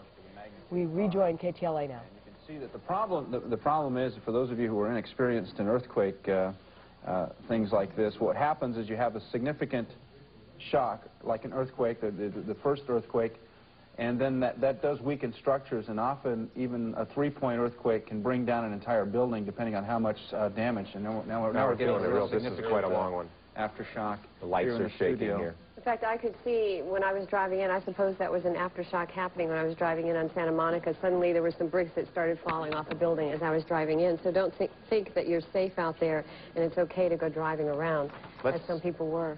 Let's talk about fatalities. Now we have a report that there are as many as 3 earthquake-related fatalities. The first death was reported by Mayor Reardon, who says that 1 person died apparently on a freeway. We're not exactly sure what freeway it was, but that's where one of the deaths occurred. And then Cedars-Sinai Hospital is reporting that 2 people apparently died of heart attacks as a result of fright from the earthquake. So that would make a total of 3 deaths that we know about from this earthquake, and I'm sure when we see pictures like this, the numbers are going to go up. I'm not going to kid you, Eric, or any of you that are sitting here with us as we watch these pictures. It scared me to death. This was one of the most frightening events that I have ever gone through as a Californian. Our entire house was shaking. The kids were screaming upstairs. We were trying to locate one another. We were trying to figure out what to do, and not knowing how long this was going to last. Mark, it seemed, you said earlier that it seemed like it was going on forever as you were trying to gather your family together. It hit right in that San Fernando Valley area that's where I live, right in that area, and I'm on the 3rd story of an apartment building, and I'm facing the back wall, and I just found out about 10 minutes before I got here, the manager went around and he said, it looks bad, the building, the back wall, I think is going to come down. And that's where my bedroom is actually at. I took some footage at home, and we might be able to get that on a little bit later, just what it looks like inside. It was pretty dark. I don't know if we'll be able to get that, but it was scary. And the next-door neighbor, she's an 85-year-old lady. She's very weak and feeble, and that's just as we were walking out of the building, my wife said to me, I wonder if she's out. We started knocking on her door. We couldn't hear her, so I kicked down the door. Unfortunately, I did because she was in bed in total shock. So I managed to get her out and get her pills and whatever, and we got her out. But the building I'm living in does not look like possibly we might not be able to move it. You live in the valley, and I live out in Thousand Oaks, which is beyond the valley to the west, closer to where apparently the epicenter was. And epicenter is totally relationship when you're talking about a 6.6 earthquake. You can feel it all over. Sam, you're on the west side of L.A. The sense that I had after it happened and we kind of collected our thoughts was... no, you're on. You're on. Yeah, there we go. Initially, and we were very frightened, but fortunate in that all these preparations that people talk about, we had the flashlight and the fire extinguisher and the portable radio right by the side of our bed. And then finally, I went and got a cellular phone from the car, and when we called into Channel 5, I said, oh my gosh, there's been this tremendous earthquake. The epicenter must be literally under my house. It must be in West Los Angeles.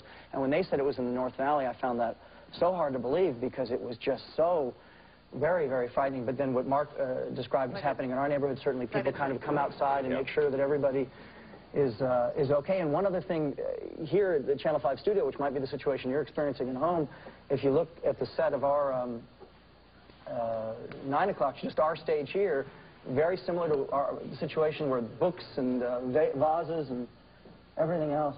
And isn't it funny how you feel? We were all so happy just moments ago to see one another. Yeah. Just to make sure. These pictures here, though, it's by far the most serious damage that we've seen so far. There was that freeway collapse in West L.A., but this one, you got to say to yourself, in this situation with so many roads or several roads collapsing, it's a good thing this quake didn't happen during the commute hour. Because and it's a holiday today, which of course a lot of people, it does help the situation. Literally could not walk in my apartment. I tried to stand up and you know, you want to go, I wanted to get the baby, and you want to go to also, you know, get underneath the dorm frame, as they always say, and literally stood up as my end table next to me went flying by me. I just went flying, and you just get knocked down, and then, you know, you're walking on all that glass and that kind of stuff, trying to find a pair of shoes. And as Sam said, as prepared as you are, you have a flashlight and everything on your bedside.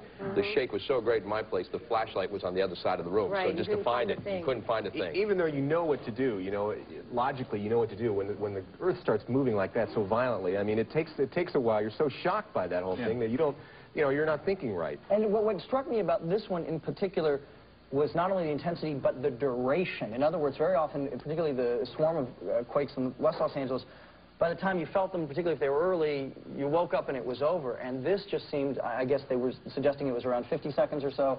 This just seemed to be the longest 50 seconds I can recall. Of course, a lot of people are not even able to get us this morning. They won't even be able to turn on their TVs and get anyone. Most of them are listening to the radio. So, Eric, where the 14 interchanges with the 5 underneath there, and there are cars underneath the freeway, the 14, that section has collapsed. There are cars underneath, and she's told us that she does believe that people were trapped in those cars. You can see the cars on top that are heavily damaged. We're not sure what happened to the people.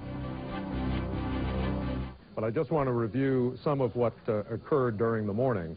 The earthquake struck Southern California, was reported to be a 6.6 Richter scale earthquake, not quite a major earthquake, but certainly big enough to cause a lot of damage, and damage it did cause.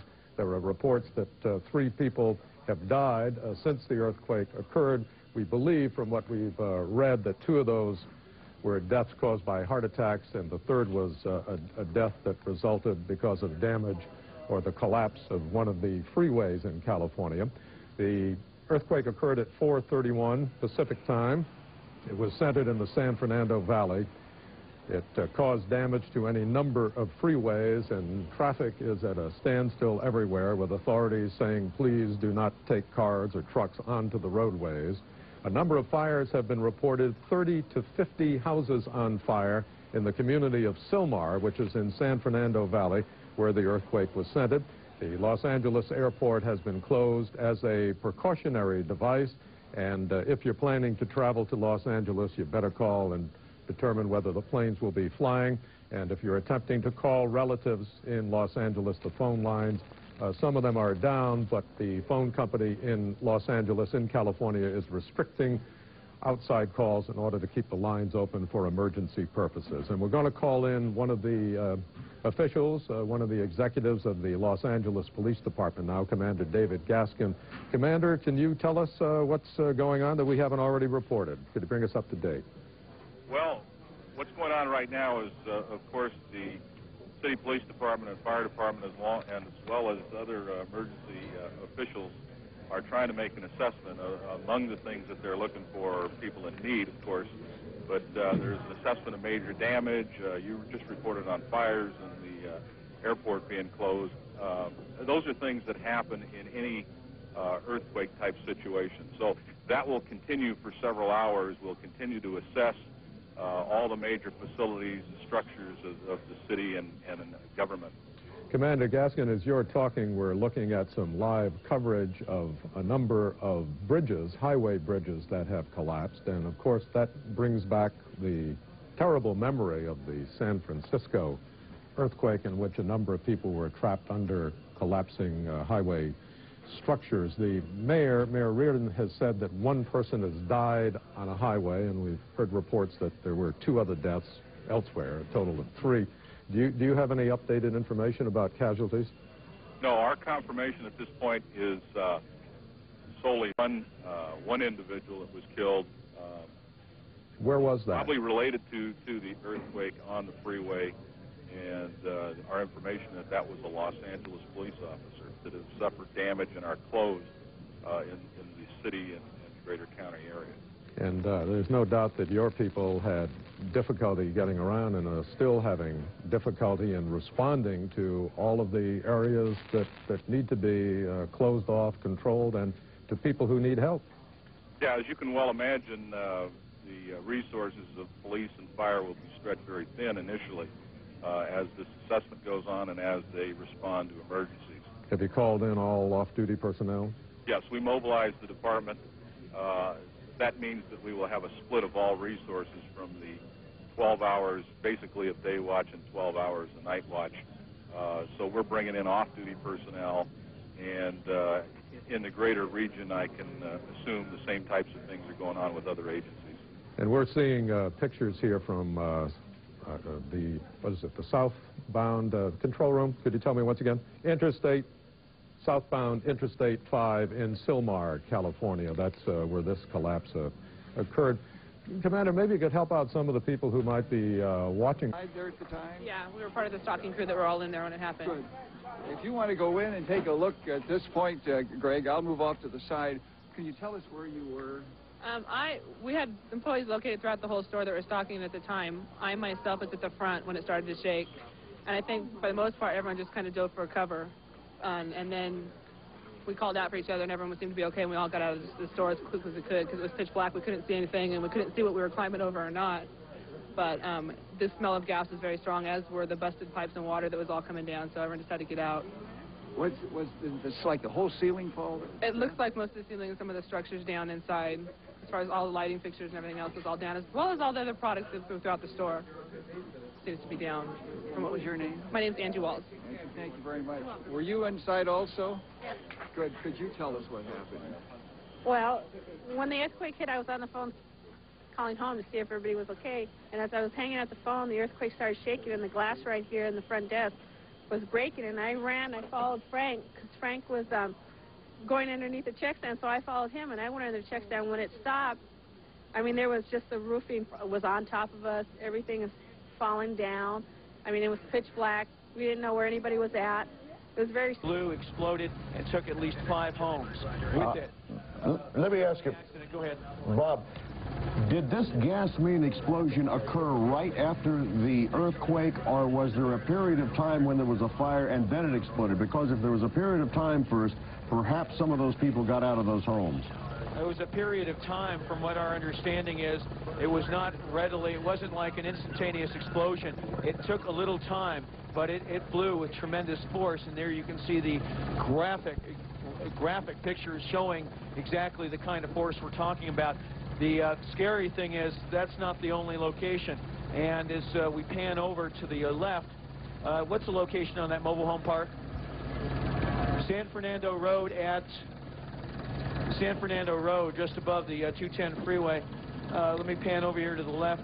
Is that the Olive View mobile home park? Yes, that's right. And that's where we had a number of gas leaks, and those homes able to get out. Okay, we're coming up here on this broken overpass. Let me see if I get a shot in here. The only good thing about this is Charlie, it happened early, 4:29, and on a holiday at that. Otherwise, the freeways, you know how clogged they can be. In this situation, we had one fatality at this intersection, somewhere in this region on one of the freeways that are down here on the 14. but you can imagine how much worse this could have been. So that's a stroke of luck, as it were. It's also a stroke of luck in that families were together this morning, and so you don't have that sense of parents trying to get to their kids. Look how close that one tractor trailer is to the edge here. You can imagine what a nightmare that is if you're driving along, you feel the earthquake and you stop, and then when you get out you see exactly what you're on the edge of there. You want to talk about fate? That driver must feel extraordinarily lucky this morning. You can also get a good gauge of the force of this thing by seeing, they're the reinforcing bars. You know how strong these things are, how they have to be built to earthquake standards in Southern California. And that gives you some idea of the magnitude. It just ripped this thing apart. These seem very reminiscent of what we saw a couple of years ago in the Oakland earthquake. Exactly. In San Francisco. And Vince is right. These people, obviously, they're going to be there for a long, long time. They won't be able to get out by car if they're between, of course, the two overpasses that are down. Jackknife tractor trailers all over the place. Oh, yeah, there's two in that shot. As we take a look at these pictures, we want to remind you that you are watching live coverage of this morning's earthquake here on Fox News. We understand that Cedars-Sinai Hospital in L.A. is just being overrun with wounded. Apparently, a tidal wave of wounded is now walking into Cedars-Sinai Medical Center in L.A. Other things to tell you that are closed: Los Angeles Airport shut down. There appears to be some kind of damage to the runways at LAX, though we can't confirm the extent of those damage. Are we still high? Also, Burbank Airport, there are some limited flights that apparently are leaving. The runways are not damaged at Burbank Airport, but there is some airlines before heading out. Also, the DWP public health statement here, they say don't drink any water out of your tap today unless you absolutely have to. Boil it if you can, that is, when you get electricity back. And they say if you work for the DWP, get to work, go to one of the areas in the San Fernando Valley, one of those substations there, if you can get in. We're going to go back now to Chris Harris, who is on the ground near that gas main break. Where exactly are you, Chris? We are just north of Rinaldi on Balboa, just south of Lorillard, if you're familiar with the Granada Hills area. And what we thought was that mini mall and shopping center that was on fire was actually not. It was a huge break, not only in the water main, but in the natural gas line. So here we have the bizarre sight of flames firing right up out of water on Balboa, north of the 118 freeway. There have been 4 homes lost here, 2 on the east side of the street. Just southeast of where the 210 meets the 5. So you'll see this is all in the, very close to each other. Now, is this a new fire, Jennifer? We were over in the last. We have showed you this mobile home park already. This is one of 2 mobile home parks that is ablaze. They're about a mile apart from each other. Now, what often happens, and I'm sure we've all talked about this before, but we need to reiterate, in a situation like this, you can get a small gas leak. Your pipe can just move even 1/10 of an inch, crack, and allow a little bit of gas to get out into your house. And you flip on your light switch, and the spark from the electricity in the switch will ignite a fire like this and create a fire that has unlimited fuel because the gas, of course, is pouring into it. Now, we're not suggesting that if you don't smell gas, leave your gas alone. If you do smell gas, go to the side of your house and turn it off. There is a little bar there that you can turn sideways so that you don't have gas going into your house. Another bit of advice, if you smell gas, good idea not to use electrical appliances, because that's exactly how some of these fires start. Or to turn a switch or anything. You turn a switch, there's a spark, and then there can be you know, an explosion because the natural gas catches fire. Obviously, you know, don't touch down lines or electrical wiring that may be exposed because of the earthquake. I mean, a lot of people don't have power on, but you don't know for sure, and you don't want to get electrocuted, so be careful in that regard. Eric, I'm going to interrupt you for just a moment. We need to go out to Claudia Gomez, who's in Granada Hills, the site of where a road has buckled. Claudia, can you hear me? Yes, I can, Barbara. Yes, I can, Barbara. We are in Granada Hills. We are at the intersection of Gothic and San Fernando Mission. What you are looking at right now is the 118 freeway, or what's left of it in this portion. The overpass at Gothic has completely collapsed. It's a pretty horrific sight. Twisted metal. There was a car that apparently was on this road when it went down at the time of the earthquake. Miraculously, the driver was rescued without serious injury. Residents here, I guess, took him to the hospital, and he was able to walk away from it. Miraculous enough. Residents who live here say they heard what sounded like a bomb when the freeway came down. Claudia, we're looking at the 118. The damage really, really is incredible. You can't see it from the angle down here, but the road is not visible anymore. The freeway is resting on the roadway. All right, so which freeway? Authorities have shut down the 118 freeway on this stretch of the road. We're standing right at the Havenhurst exit. It is shut down, I guess, on both sides of Balboa, according to what the authorities say, eastbound and westbound. Okay, we're having a difficult time figuring out exactly which road it is we're looking at where the car is right now. Is this the 118? This is the 118 freeway, yes. Right, the one that is crumbled is the 118. The 118 freeway in Granada Hills, yes. Okay, this, just point of reference, this freeway was built 10 years after the Sylmar quake. So it was built earthquake safe according to all the known standards at the time. And there you see now that the 6.6 earthquake has definitely caused severe damage to this freeway. And this was also built to alleviate the traffic on the 101, and now we're going to have major problems as they try to recoup from this, and also the 5 being shut down because of the 14. What a amazingly frightening situation for the driver of this truck, though. The car actually flipped over.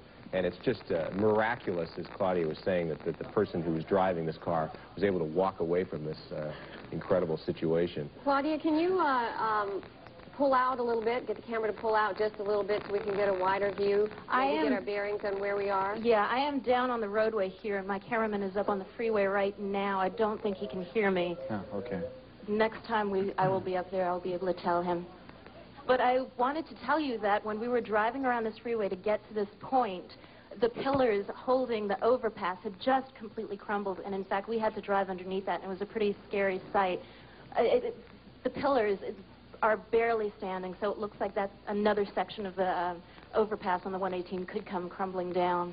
When you headed out that way, Claudia, did you see any fires? Tell us what it looks like out in that area. It really is a horrific sight. When we were driving here, I counted probably about 10 fires. There was a major, major fire just west of here, if you keep following the 118. And residents who live here say it looked like a petroleum fire to them. I'm not quite sure if there's some sort of plant there or what, but huge, huge flames, major damage to houses in the area, roofs collapsed, brick walls down. The damage is tremendous. The smell of smoke and gas in the air right now, the clouds of smoke in the sky. Every single direction you look, north, south, east, and west, there is major damage. This is just one of several areas where freeways have collapsed. I mean, we've seen the one in the West Los Angeles area along the Santa Monica freeway. There's that one on the 14 and the 5 interchange. You know, you talk about building freeways to earthquake specifications, but when you have a quake of this magnitude, I guess that all goes out the window. I mean, there's no way. It's all relative to where it's centered, I guess. And then you see here the road buckling. Look at that. The road buckling and the Yucca Valley quake of a couple of years ago. Dave Lopez and I were out covering that, and you were out there, Eric, and the ground literally opening up between Dave and I. He was in the car and I was in the phone booth doing a phone report to Hal Fishman. And suddenly it started to shake violently, and the ground opened up, and you can see that here, where that car went in, it looks like the ground certainly opened up. It's a frightening person feeling. was totally lucky, and you know, maybe if the driver had been, you know, 5 feet ahead, he'd have been past it. Yeah. So. Well, it's reminiscent of the San Francisco quake when that car was on the bridge and went into the. Reporting just that the circuits are very busy. So if you're okay, really the best thing for you to do today is sit tight, boil your water, stay with friends and family, stay calm. In terms of the magnitude of this quake, it was 6.6 at 4:30 this morning. The folks out of Caltech are saying, look, once you get past the first hour, the chance of an earthquake of the magnitude or an aftershock of that size really diminishes. So in terms of the magnitude of this quake, it was 6.6. We're now getting, what, John Beard, aftershocks in the neighborhood of the 5s at this point. Several of those. As a matter of fact, let's go back to David Byrne and David Garcia at Caltech. I believe they have an update for us out there now. Hi, John. We're getting a briefing now again by Dr. Kate Hutton with the latest information. She's explaining that they are studying the fault that caused the earthquake. Let's listen in. In several ways. Area again, Jennifer? But this is just south of the homes that I showed you that were burning north of the 210 freeway. This is actually southeast of the interchange of the 210 and the Golden State. This is the mobile home park I was talking to you about. And next to the mobile home park is a residential area, and some of those homes have also, those are also ablaze at this time. It's tough to tell you exactly the roads here. I believe I'm just near San Fernando Road. This is a mobile home park. There's two mobile home parks. There's one south of this as well, and again, there are many, many, many homes throughout this area. We did notice one portion of the residential area that was burning. It was about 10 actual homes, but what we're showing you right now, these are mobile homes. I don't know the name of this mobile home park. Perhaps we can get that name. We've talked about how mobile homes are particularly susceptible to damage from earthquakes. I mean, most of them stand on 4 little supports. And when there's a quake, it can be knocked off, the mobile home typically is knocked off the support. And of course, the natural gas line is right underneath the mobile home. So when the home is knocked up on top of the line, it can break it, and then there's a spark, and then there's a fire. And some of the worst damage I've seen from quakes happens in mobile home parks. And here's the other problem, and that is that with all the damage to the roads, it's tough for fire crews to get to their location, and a lot of them were having to hand crank their doors open because the doors were locked in. They're electric doors that you know, use your garage door opener. I had to do the same thing. And you have to release the latch from the electric door opener, and so fire trucks are having a difficult time. By now, I'm sure all fire equipment is out of the buildings in their usual tactical position. But these fires are, as you can see, raging unabated at this point. We see very little fire equipment at this location. I'm wondering if they can even get there.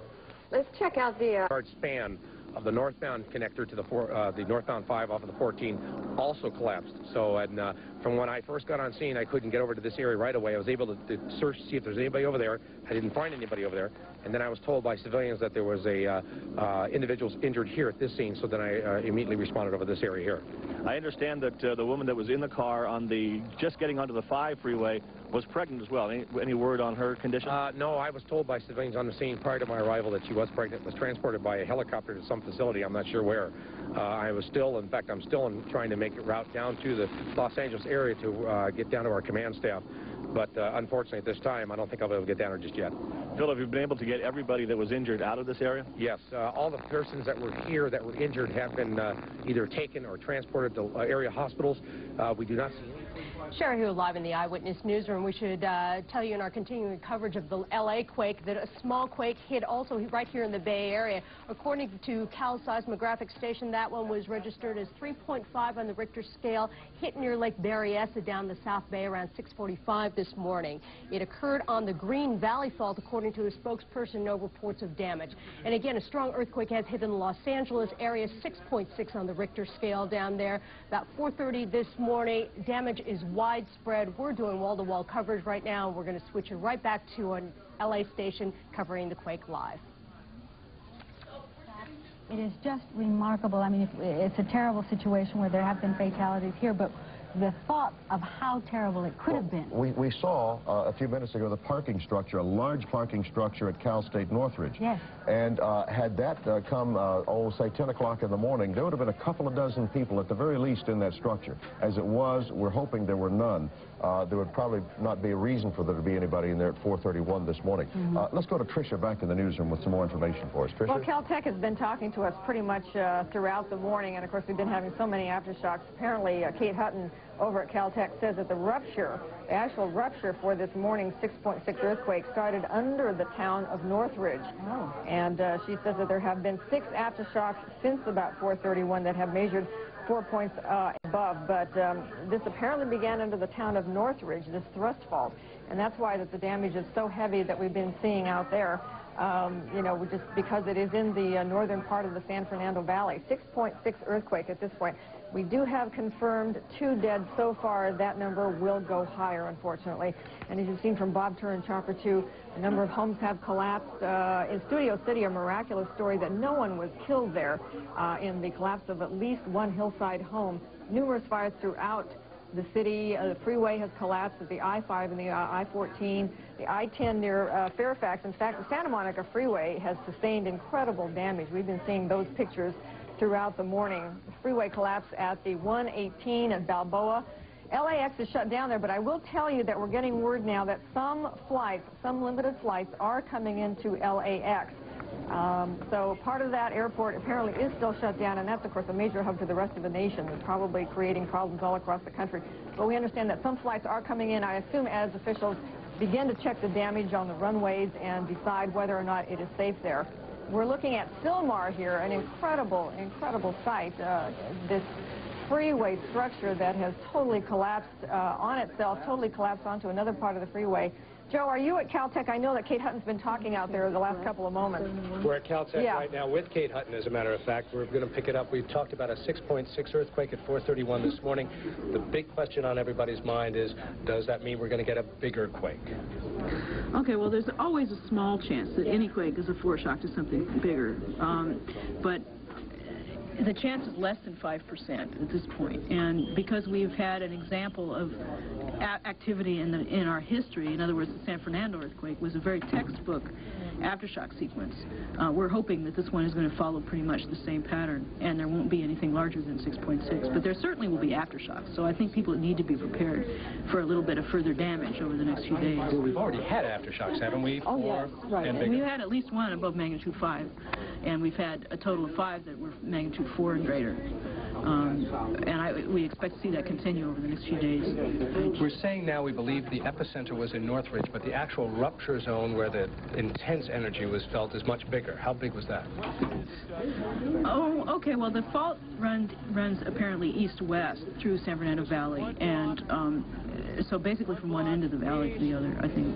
From one end of the valley to the other is the whole rupture zone, you think? We expect to see the rupture zone to be about 10-15 miles long, and that's pretty much the width of San Fernando Valley in its northern part. So, what happened here? We know about things along the San Andreas Fault where California is splitting and moving up and down the coast. What happened here in the valley? Well, because there's a bend in the San Andreas Fault, there's a lot of compression in the LA Basin area, and the San Gabriel Mountains are basically being shoved up, and the Santa Monica Mountains are being shoved up to get out of the way.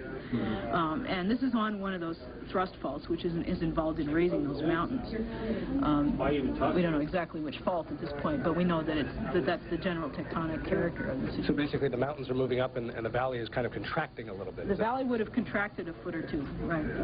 Will we see that on the ground? Well, probably not. If the fault breaks, if it turns out that there is a fault break at the surface, it will be localized in one area. But probably it's going to be sort of distributed over the whole valley area, so there won't be all in one person's backyard, for example. Okay, so to recap again quickly, because I know you want to get out of the room, 6.6 at 4:31 this morning. 4:31 this morning. Chances are slim that we're going to see anything big. Park, a 34-unit apartment building that was apparently shaken so badly that the fire department is now forcing an evacuation at this location, asking everyone to get out as quickly as they can, remove what items they can, and then move on. Any more movement of the ground, any more shaking can bring this entire building down. We'll continue to show you some of the damage on this particular building as we talk to Rafael and Christina Rodriguez. Just describe where you were, how it happened for you. Well, we were in the bedroom, and all of a sudden it just started shaking. The TV fell over, the dresser, everything just started going. The bed started moving, the glass, everything just started falling. A 34-unit apartment building. Clearly people must have come out right away, started reacting to this. What was the scene inside of that apartment house? Well, just, I mean, there was people hysterical, and everybody was just in there.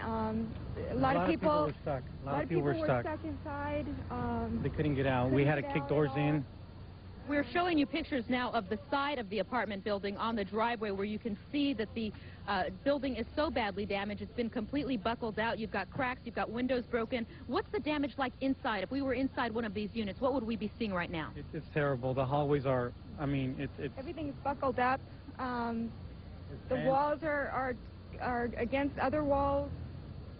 There's glass all in the hallway. Windows. Glass are all over the place, so you just can't even walk in the halls. It's so bad. Holes in the ground. Did all of this damage happen with the first round, or were the aftershocks a factor in this damage as well? It was the first round. First round. Everything happened the first round. It's a tragic situation. We're getting word that there may have been a fatality here. I can't confirm it. Now the firemen are going gingerly down. They've been inspecting the damage. They've got urban search and rescue teams on the scene and a rescue. Coverage of the very, very extensive freeway and fire damage now in the aftermath of the earthquake. We should let you know that LAX was closed for 2.5 hours this morning as a result of the fact that we're concerned not only with the people in Los Angeles, of course, but with everybody in the region. And we're urging everybody to please stay in a safe location and practice everything they've learned about how to behave in an earthquake. I guess a lot of people felt that those highways, including the one we're looking at, was earthquake-proof, but this certainly denies that assumption. Well, unfortunately, in an emergency situation like this, we're very sad when any major infrastructure damage happens. But of course, the mayor and my main concern is loss of life or injuries or anything like that. And we're praying that the people of Los Angeles remain safe. We're praying that the people, many people haven't been hurt and that their property is okay, and that we're going to be able to hopefully respond to this emergency as quickly as possible. David, was City Hall affected by the quake? Was it damaged? I haven't been able to assess the building yet. As you know, Right now we're going to the 118, which as you can see has collapsed. Standing by there, Linda Moore. Linda, tell us about it. Well, this is actually the Mission Hills area, and this is the stretch of the 118 that has collapsed. We've got about approximately a 2-mile stretch of freeway here that looks very much like this. And maybe we can walk a little bit toward the end here, and you can see there is one car that was caught in this. And I was told there were 1 or 2 people inside that car. They have been taken to a hospital, and we don't know the extent of their injuries. The street that this freeway collapsed on is Gothic. And this is the 118 portion right very near the 405, and a 2-mile stretch of the freeway has been shut down. And this brings back horrible memories for me of the Nimitz Freeway covering the San Francisco earthquake a few years ago. And a few of us were just talking about how... This is Jeffrey Schaub back in San Francisco. We understand Governor Pete Wilson, who has declared a state of emergency in the LA area, is about to make an announcement. We are going to go to that now. For I-5, the very strange thing is that everyone, of course, is craning their necks out the window to try and see anything that they can of the earthquake. And any time there would be a fire or smoke or any indication, suddenly you hear the oohs and ahs as people try to reach over the passenger sitting next to them and take a look at it. Once again, it seems very quiet. The freeway is uncharacteristically empty for this time of the morning. I remember during the our own Loma Prieta earthquake, everyone kind of stayed indoors for a while. Everyone was very gentle with each other. It takes a while to get over that shock, I think. Burbank Airport is operating normally from what you can see, Gary? Well, from this point, I can see that there are a couple of American Airlines flights. There's a Reno Air flight moving around at the airport, which is unusual because Burbank is actually closer to the epicenter of the earthquake than Los Angeles Airport. But from what we have heard, Los Angeles Airport is still closed. I know that a couple of flights that were supposed to come in by 7:30 this morning were canceled by United Airlines. Gary, how many fires did you see from the air again? I would say probably a half dozen. There's a lot of smoke and there's some fog up here right now, so it was hard to get a good fix on it. I understand that there are 30 to 50 structure fires burning in the San Fernando Valley, and I understand that power is out also in that area, that several storefronts have collapsed, and we understand that there are at least 2 and possibly 3 deaths. One other interesting point is that apparently this earthquake is centered near the Silmar area, and that's, I believe, where the 1971 earthquake was also centered. So these people have had quite a bit of experience with earthquakes over the past 25 years or so. Is the crew giving any specific instructions to passengers in terms of getting around Los Angeles as a result of the earthquake? Well, they have advised people that Los Angeles Airport is closed, that transportation is difficult, that they cannot guarantee transportation, and they made that point to us as we got on the plane, that we were on our own when we got down here. We're outside now, and there is a heavy haze over the San Fernando Valley. You can see little wisps of smoke coming from a couple of different places. There is a roadway outside, which is almost dead quiet. Not very much traffic out here right now. Very extensive freeway damage all over the Los Angeles Valley from what we're hearing, Gary, so it could be very difficult to get around today. We want to just update a little bit of what you said. The Los Angeles International Airport is partially opened at this point. Of course, that is considered the busiest airport practically in the world. And so there are definitely going to be some delays and backups, but some flights are now being allowed in and out of L.A. Gary, any signs of damage at all at the Burbank Airport itself? I don't see any cracks. I don't see any indication at this point. Again, the only visual indication that we got were some small fires burning. You could see little spots where flames were eating up a house. Have been caused by ruptures in natural gas lines, and a number of cars have also exploded from caused by the house fires. We have heard a report from... And just wait for this to progress out, and don't try to make any phone calls down there, because that may interrupt the ability of emergency services to get through to people in that area. We're going to continue with our live coverage from KTLA and KCBS, and we'll go back there right now. Your name again? Caleb, UDY. Good. And? Dave. Dave, thank you. As you can see, this staircase just has fallen right from the second floor, ripped away from the wood, ripped away from the structure. The building is actually tilting. The building is tilting. The whole thing is fractured, and it looks like just a total loss.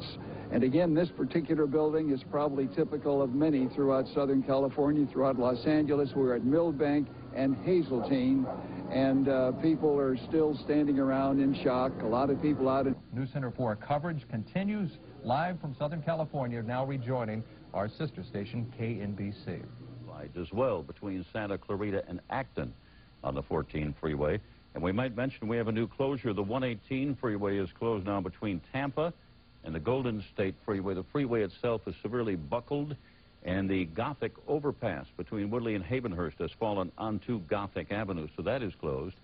Northbound San Diego freeway transition to the westbound 118, that is closed, and that's due to some structural damage on the overpass. You're looking at a live picture right now. This is the Antelope Valley Freeway, the 14 freeway ramp as it transitions over to the southbound Golden State, the 5. Our camera at this point pretty much pointing west and swinging to the south, and it looks as though it was just connected and then disconnected, sort of the way... The health facility has hospitals and clinics throughout the greater Los Angeles area. This one here in the valley in Granada Hills is a very large one. I've passed it many times. It's very busy. There's another hospital across the street or nearby, as you said, that seems to be in much better shape. We'd like to explain also, for some of the viewers across the nation, we are joined by the network at this point who are unfamiliar with some of the towns we mentioned here, Northridge, Granada Hills, Sherman Oaks. Without getting too specific, we'll tell you they're all a part of what we refer to as the San Fernando Valley, which is a part of Los Angeles. So we're talking about major residential and commercial areas here. We're talking about millions of people and very residential areas that come into the city. We're told that there have been a lot of walk-in injuries of people coming in that have been hurt by flying debris, flying glass. You can see a tape of someone being treated at one of the hospitals. Again, Mike, to give people perspective who aren't familiar... let me interrupt. Okay. I apologize. Linda, we're going to go to the network right now in a statement from Governor Wilson. Let's go to that. FEMA, the federal emergency. The car is headed eastbound and had just apparently traveled past the place on the freeway where the freeway collapsed. The collapse on the eastbound section of the freeway is certainly not as dramatic as the section on the westbound. We are going to try to get back over to the other side of the freeway so we can show you some other pictures in a little while. There is a storage area underneath that chunk of freeway, and it is totally collapsed over there. Now, Lou's showing you it now. Lou, can you just go down? And we had talked about the storage, public storage underneath the freeway, and there is a picture of somebody's belongings in storage underneath the freeway. So we'll be back to you later live from the Santa Monica Freeway. Kent, Carla? All right, just incredible, Laura. Thanks very much for bringing the live pictures to us. We will check back with you shortly. Meanwhile, we have something else to take care of. Yeah, actually, we're feeling another aftershock right now, and find out if the people up in the newsroom are feeling it. This one's pretty strong. This is a fairly strong yeah, aftershock. you can see the stylus. Chuck and Colleen, can you feel it? Oh, absolutely, Kent and Carl. This is probably one of the strongest we've felt this morning, and you can see the needle there on the seismocam. We need to fill you in on some information. As we said earlier, Governor Wilson is on his way to survey the damage here, but in the meantime, he says he will sign a state disaster declaration this morning for the Los Angeles earthquake area. He says that he believes President Clinton will also sign one very quickly for federal declaration, making money available for people who have sustained any damage. A couple more reports. We have a report of a third trailer park on fire, Roxford, San Fernando Valley Road, next to an industrial complex. That's just what we were checking a moment ago. Also a collapse on the 118 freeway in Sylmar. Apparently the... I think it's, minimal. Judy, that was a brutal jolt when you first felt it, wasn't it? It was terrible. Just personally speaking, it jolted me out of bed. All the pictures came crashing down onto the floor. And all week long, those of us who live out on the west side of Los Angeles have been having what they call a swarm of quakes. We've been feeling little, I don't know if they're related. They always tell you later, oh, that had nothing to do with the one you felt, and I could never understand that. But we've been experiencing a swarm of little quakes all week. So we were on guard, in a sense. And Judy, we're seeing another example of what occurred along one of the highways in California, some very severe damage there. It's interesting because this is a 6.6 quake, and they talk about a major quake, I think, being at 7 point. It makes you wonder what anything larger would be doing. This is very serious damage to the freeway system and to homes. We have a report now. At least 45 homes have been... The lower one is down, and the... Like a parking structure, but we can't tell. We can see on top there are what appear to be parking spaces on top of it. No cars. No cars.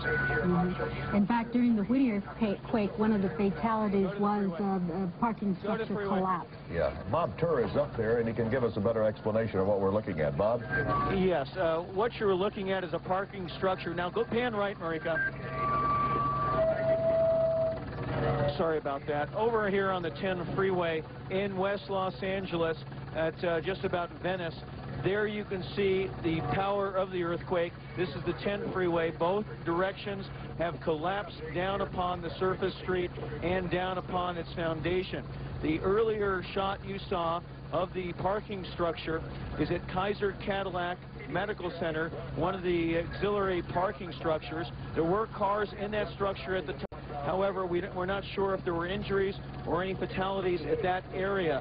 That is one of the employee and patient parking lots at Kaiser Permanente, located at Venice Boulevard. Now, look at this overpass right here, and there you can see. Now, we're going to panel this area. The smell of gas is quite strong, quite overbearing. We've had, as you saw graphically earlier on Channel 2, we saw a number of gas mains explode, taking with it homes and sometimes mobile homes. So as we flew over West Los Angeles and as we fly over West LA, we smell that gas. It's very important to turn your gas lines off if you smell gas and not to keep any electrical devices on. Do you see any fires at all, Bob, in the West Los Angeles area? There were a couple earlier, and most of them have been extinguished at this point. We're getting a little bit of feedback. Bob, yes. Where we see the 10 has collapsed onto Venice Boulevard, and did it actually collapse down onto Venice Boulevard? And do you have any indication where any vehicles might have been trapped under there? From the aerial perspective that we have, we can't tell whether or not any vehicles were trapped underneath. However, there literally are vehicles using some of the other underpasses under the 10 freeway. It does not appear as though it buckled sufficiently to actually trap any vehicles in that picture that you're seeing right now. I'd like to drop down. There were some other building collapses in the vicinity here. Let's drop on down here. Look down through there. I can't tell, but it appears as though no vehicles were caught here. However, there's another portion of the 10 freeway here at Venice Boulevard. Take a look at this. Here's a huge chunk that was taken out, collapsing this area. We understand one person received moderate injuries at this site. He was driving along when this portion of the freeway collapsed. He was bloodied, taken off to, was able to get out of the vehicle under his own power. And we do not know yet what the death toll is. It's just beginning to be known. This is a major catastrophe for the city of Los Angeles? Just in the last hour, I would say. It's now 8 o'clock, so it has been 3.5 hours since the earthquake hit, and just in the last hour have we begun to get pictures and reports from places where the damage has truly been severe. We've just now taken a look at the Santa Monica freeway there, where a couple of people have been rescued from cars that were damaged when the freeway collapsed. We've seen possible fatality, 1 or 2 at least, up on the Antelope Valley freeway, which collapsed. There's an apartment building that pancaked at 9500 Reseda Boulevard, and there are people trapped underneath that pancaked apartment building. We have no clue yet how many people might be seriously hurt there. We've watched fires burning.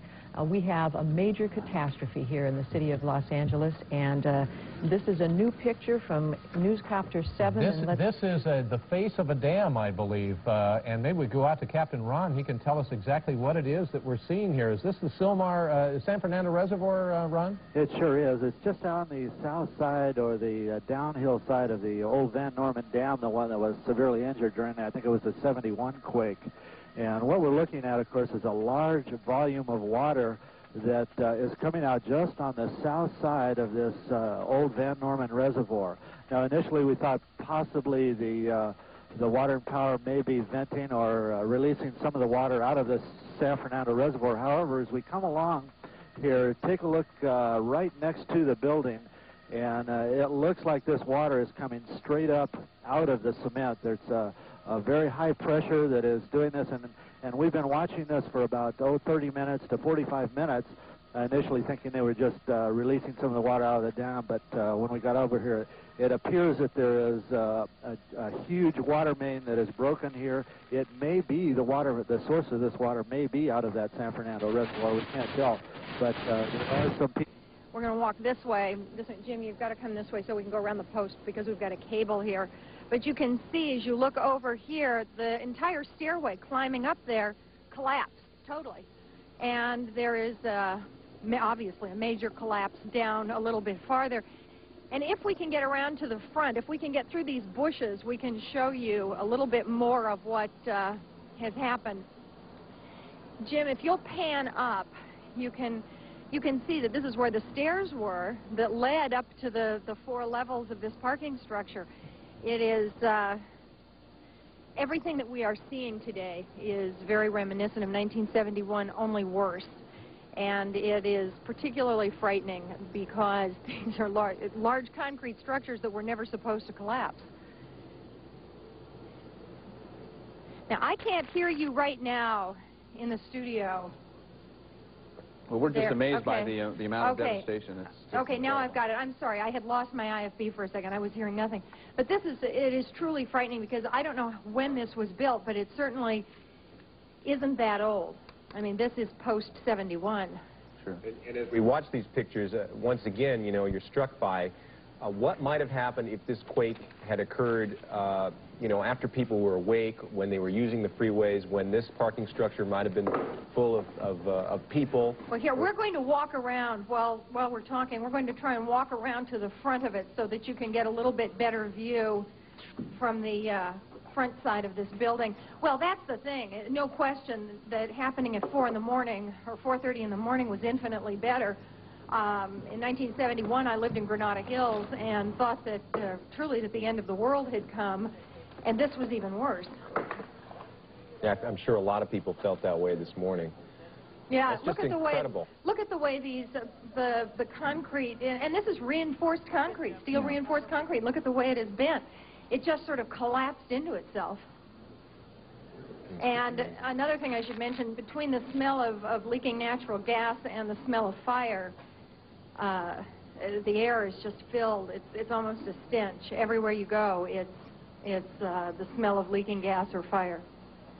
Well, I hope that doesn't mean that pretty soon you're smelling that gas right where you are. Not at this point. It was mostly, I smelled it much more in Sherman Oaks, and I think the gas company probably has a pretty good handle on it. You know, there's always going to be some residual scent even after they've gotten it turned off.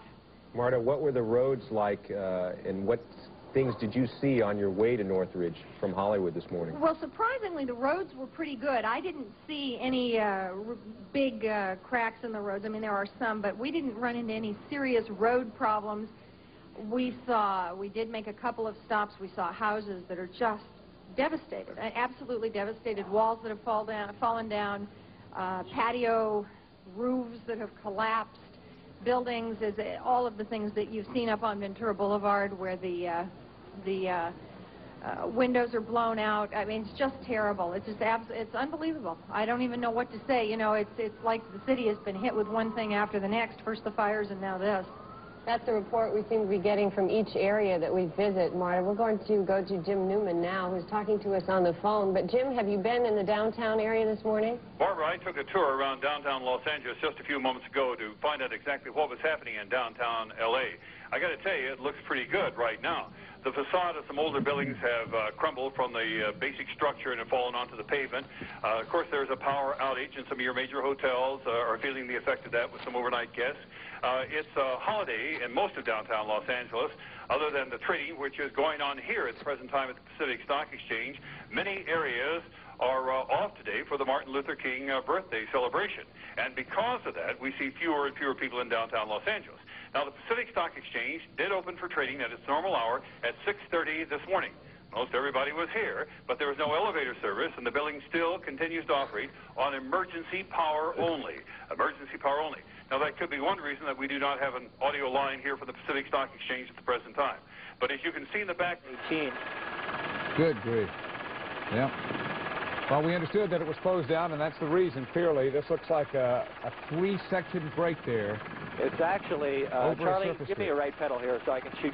Yeah, right pedal, because it's actually buckled right here also. Oh, yeah, yeah. Several areas on the 118. I know it's hard to coordinate exact location. This is the 118, and it's east of Balboa. I can't give you the cross street. I can't tell right at the moment. If we get down close enough, I think we could probably see an off-ramp right down there. We can give you that in just a few seconds. Might take a minute, though. Now, it's buckled and dropped. Why, I would not want to be in that area. I don't think it's come down to the ground, but it's right over that street where those houses are right there. And unlike the 14 and the, well, there is a car. Looks like there's something there. Charlie, come on around to the left here so we can look down in that freeway. There's either a emergency vehicle or something underneath there I can't see. There's people walking around on top of it. Once again, you are watching the live coverage from Fox News. We are reporting the aftermath of this 6.6 earthquake. You are now looking at the 118 east of Balboa, where several sections of this particular highway have collapsed and buckled. There does appear to be a couple of emergency vehicles on the scene. And this is what we know at the latest. The Red Cross is reporting 25 deaths at this point. That is not confirmed, but that is what they are reporting. The earthquake, 6.6 magnitude, the epicenter of the earthquake. Also, again, our concern is the rupturing of gas lines. And for those who lack either the knowledge or the equipment to turn off their own gas, if they smell it, they would do well to get themselves and their families away from their structures. We don't want them, though, out in the streets. Well, that sure is good advice. Governor, I'm kind of curious, what happens when the phone rings at bedside? I guess it rang at your bedside, and someone says, Pete, there's been an earthquake. What do you do? What's the first thing you do?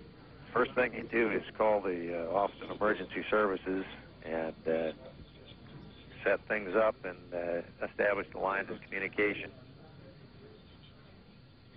And that's it. Then you put your clothes on, I guess, and go to the office. You put your clothes on and go to the office, or, as in this case, get ready to go to Los Angeles. We have got a National Guard plane that is warming up, and I think we will be on our way down there within the hour. We need to find an airstrip where we can come down. LAX and Burbank are both closed as a precaution. Well, Governor, thank you very much for joining us, and I hope we'll be able to contact you later today after you've surveyed the damage. Thanks so much. I know you're busy, and we appreciate it very much. From Channel 7 News. And good morning, everyone. I'm Sydney Kohara in the Channel 7 newsroom. You have been watching live coverage of the earthquake devastation from Southern California. To update you, that quake happened at about 4:31 a.m. The first quake could bring a lot of things down, but it also weakens the structure, and an aftershock, even a mild one, even a 3 or 4 pointer, could bring down the entire building or freeway, as you can see here.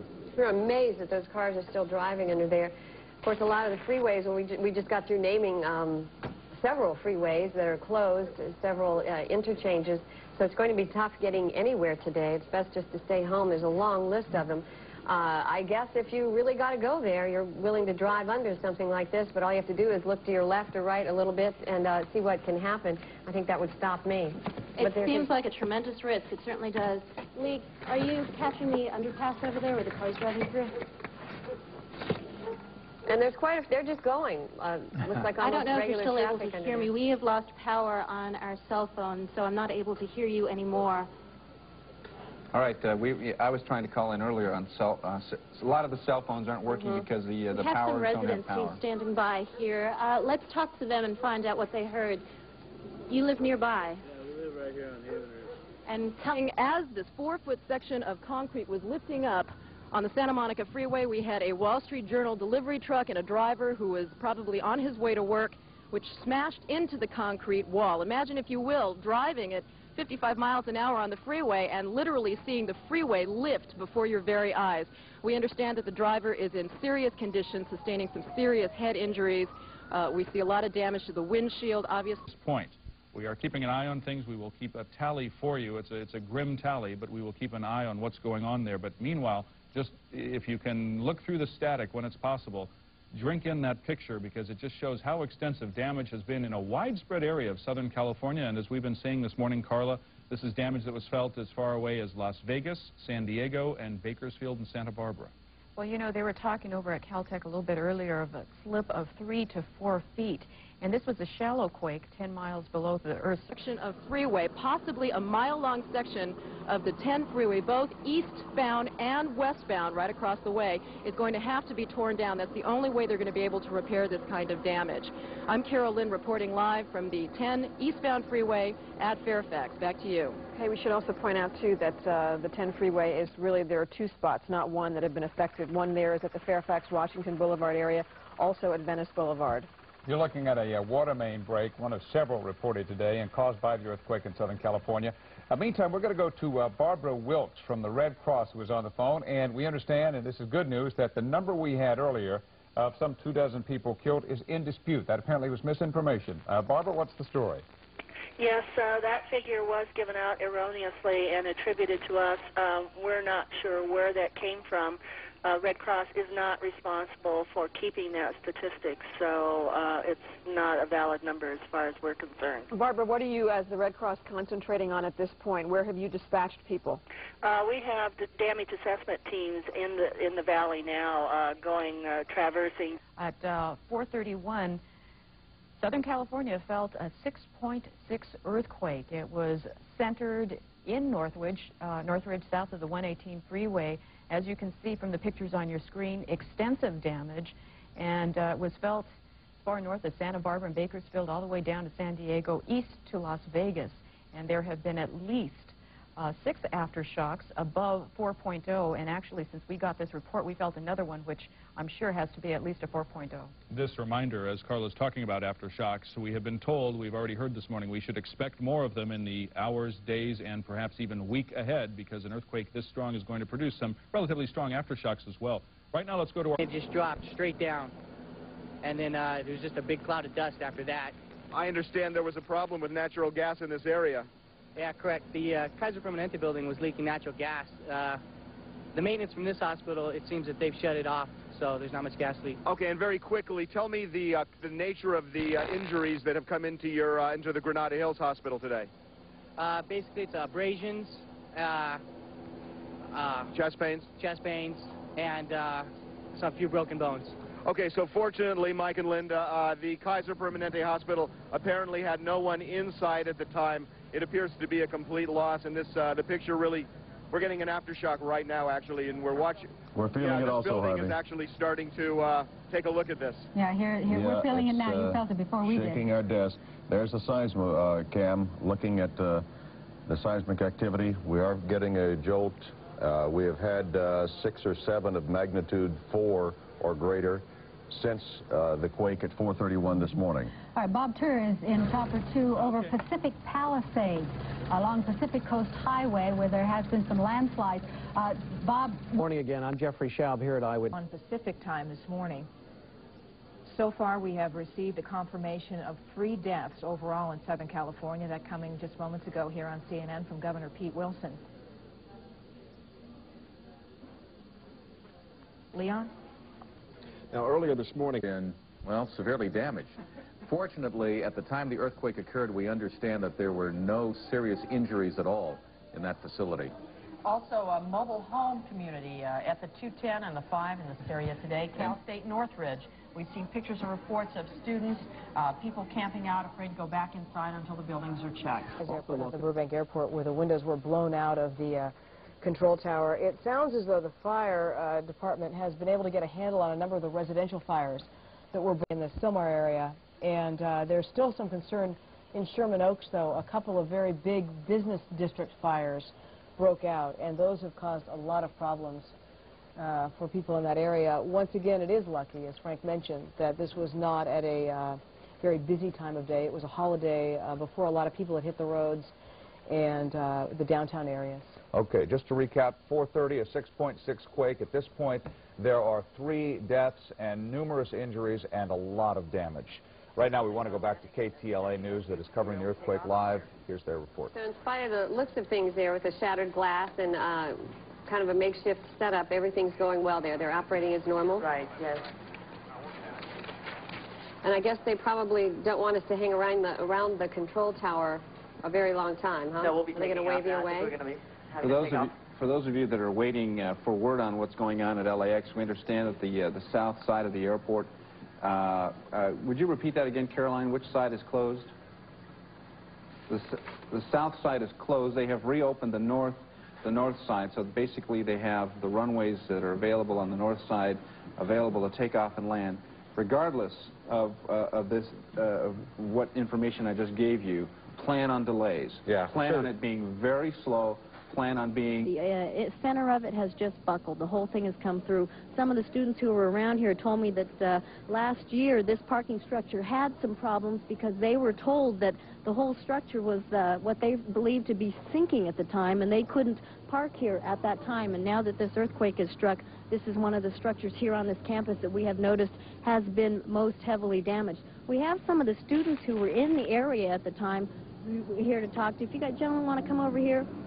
One of the students here is from Florida. This was his first experience with an earthquake here in Southern California. Tell me what happened this morning and what you felt. All I know, it was about 4 o'clock in the morning, and everything started rattling. And all I heard was the roof, like almost as if it was caving in. And I was real afraid. I was real scared. So I just got up under the desk. It was a very frightening experience. Now, all of you guys live in campus housing, just about a block or 2 from here. Any damage there? No, not really. It just felt like about 100 elephants running through my bedroom. And then we woke up, checked to see if everybody was all right, then we just tried to get out of there. We were just really afraid. So everybody was able to get out as far as you can tell? Yeah, my TV and everything was just thrown across the room, VCR. But I was just lucky I had my life still. My room's just really shaking. All our clothes and all that. Everywhere. All the stereos, clothes, TVs, everything is all over, scattered everywhere. You're not from around here, so this is the first time you've experienced one of these. Did you know what to do? I remember once someone told me just to get up under the doorway. That's what I did, but then I got afraid, and then I went and hid up under the desk. It was just too much. Okay, luckily, as far as we can tell, most of the students from this area... Correct. She was removed with the tailgate of a truck, and brought her down this way to helicopter and landed over here to try and get her over here, and that's when this officer came rolling off here. It was about an hour, 45 minutes to an hour after the actual earthquake. That happened, much later. Okay. Well, thank you so much. That was Mark Soudert. He is one of the witnesses, one of the heroes, if you will, someone who helped rescue some of the victims out here. But again, as you can see, tremendous damage here. 14 southbound collapsed into Mexico Canyon Road because of rock slides there. And of course, California Highway Patrol and all of the local police agencies are asking that if you could stay off the roads, absolutely do so. You have no real reason to be on them right now. And of course, a lot of people taking the time off for, as you and Gene have reiterated, for the holiday. And that is good news. I also want to tell you about some building damage. There is plenty of more building damage, and all this coming in, but right now, just some preliminary things. Building damage in the 9500 block of Reseda, an apartment building, which showed a three-story building there where one apparently has collapsed. We have reports of some possible damage at St. John's Hospital in Santa Monica. We don't know how serious that is, but we know that folks are being called to help evacuate some people out of there. Also, Kaiser Permanente Hospital at Devonshire and the 405, the San Diego Freeway, reports of 3- and 4-story parts of the building collapsing, and they're looking in there as well. Also, building closures is right now that doesn't necessarily... In the San Gabriel mountain range, we're still going by the theory that, that basically we have the San Fernando Valley being squished, as it were, between those two mountain ranges. We just got one briefing from a seismologist who's going up into a helicopter to kind of survey the area, as we have been from Newscopter 7. But now we're going to go to Dr. Kate Hutton from Caltech and get the latest from her as well. At 4:31 this morning, we're still calling it preliminary magnitude 6.6. We have a preliminary assessment of what happened here. This is a cross-section of the area showing the San Fernando Valley and the San Gabriel Mountains and the Santa Monica Mountains, and some of the major faults. This is the fault where the 71 earthquake happened, and this is what we call the Santa Monica thrust system underneath the San Fernando Valley. And it appears that this, although the main shock occurred very close or on the Santa Monica thrust system, that the fault actually was an offshoot that went up toward the San Gabriel Mountains from beneath Northridge. Okay, so we're calling this a south-dipping thrust fault. In other words, this section slid up compared to this section over here. This is our preliminary assessment of what's going on. Many of the aftershocks are up in this area and even back here in the San Gabriel Mountains. Are there any larger implications for all this? Well, at this point, we really can't, we don't have any idea. We can only give out the generic probability that any quake is a foreshock, and that's about 5% or 1 chance in 20. So we're not even as good as the Weather Service in making predictions. I checked it myself with the flashlight. I went through the building, screamed, tried to listen if anybody there screaming or something. So I didn't hear any noise. And I asked security, says there's no security, and the building was secured, and it's only office building. It's totally empty is what we heard. Thank God. Thank God. It's probably because of the time of day that it happened. So, Eric, in answer to your question, the people that are here waiting, they're waiting so long just because they can't handle all of the people that have come in a timely manner. All right, Michelle, excuse me just 1 second. Yeah, what is that, sir? Wouldn't believe what I've seen since 5 a.m. coming here. I mean, I thought I was hurt bad, and just one after another, it's just worse and worse. When daylight came, it got even worse, and people realized that they better get medical attention. And I mean, I've been here.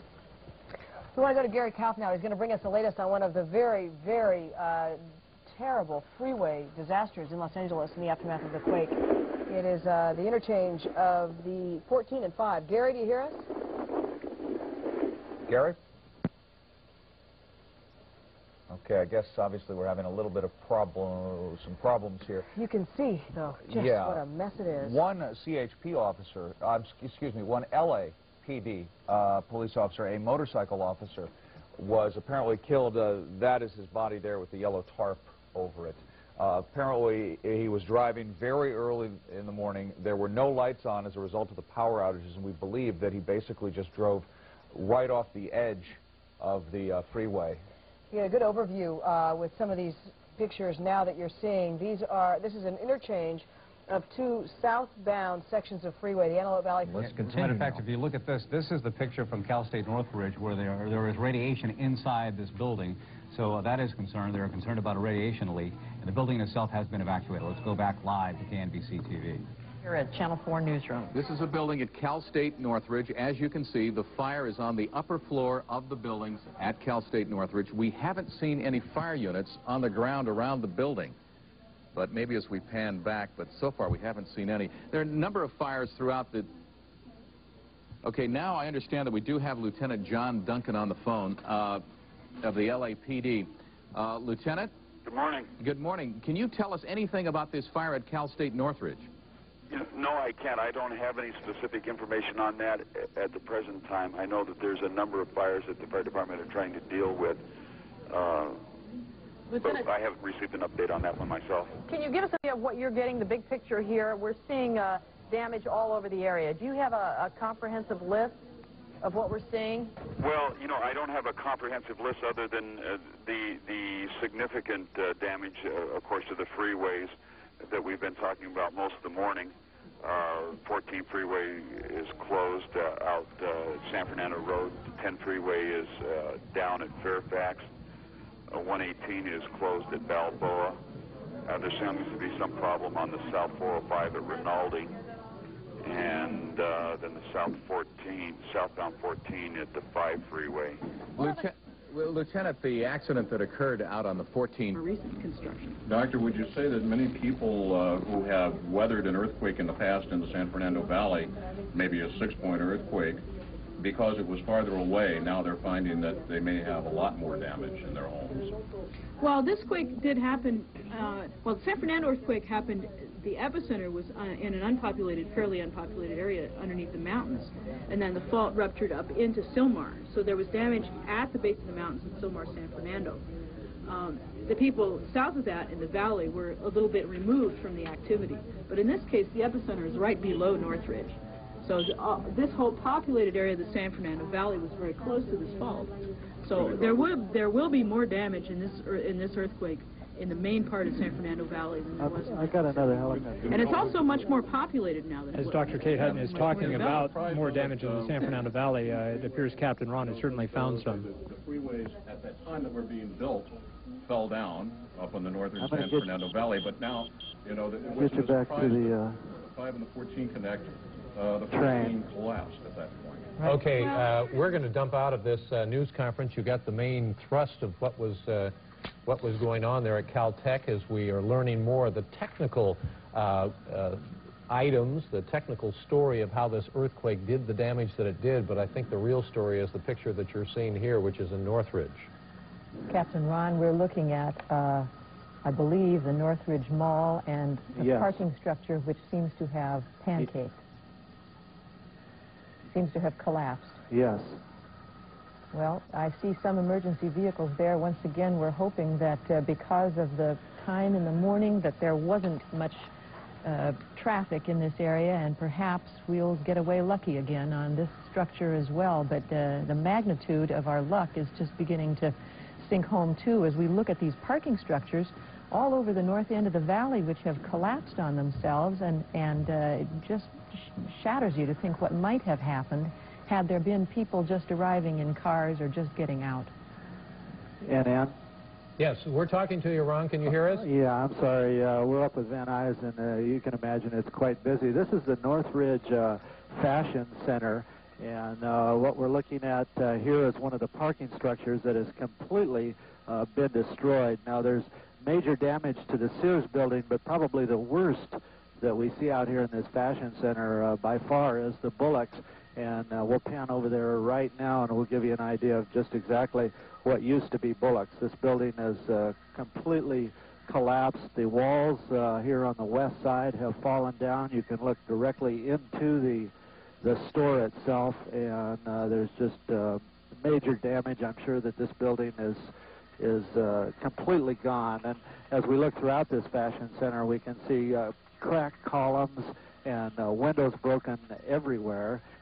But by far, this Bullocks Fashion Center is the worst that we've seen by far. Now, earlier we were showing that there are a lot of officials out here that are watching this thing, and hopefully there's nothing hazardous that is out here that is leaking. Yeah, you can see some folks that are over there close to that one hopper car that spilled the white material, but of course it's the tank cars that we would really be worried about here, and in any other circumstance you would have a major response here by environmental cleanup crews and everything else to make sure that this is not something toxic. We don't know that, but in this circumstance, with so much damage all over the place because of the earthquake, it's impossible for all those crews to get to a location like this because they're dealing right now with life and death situations in so many collapsed buildings and parking structures.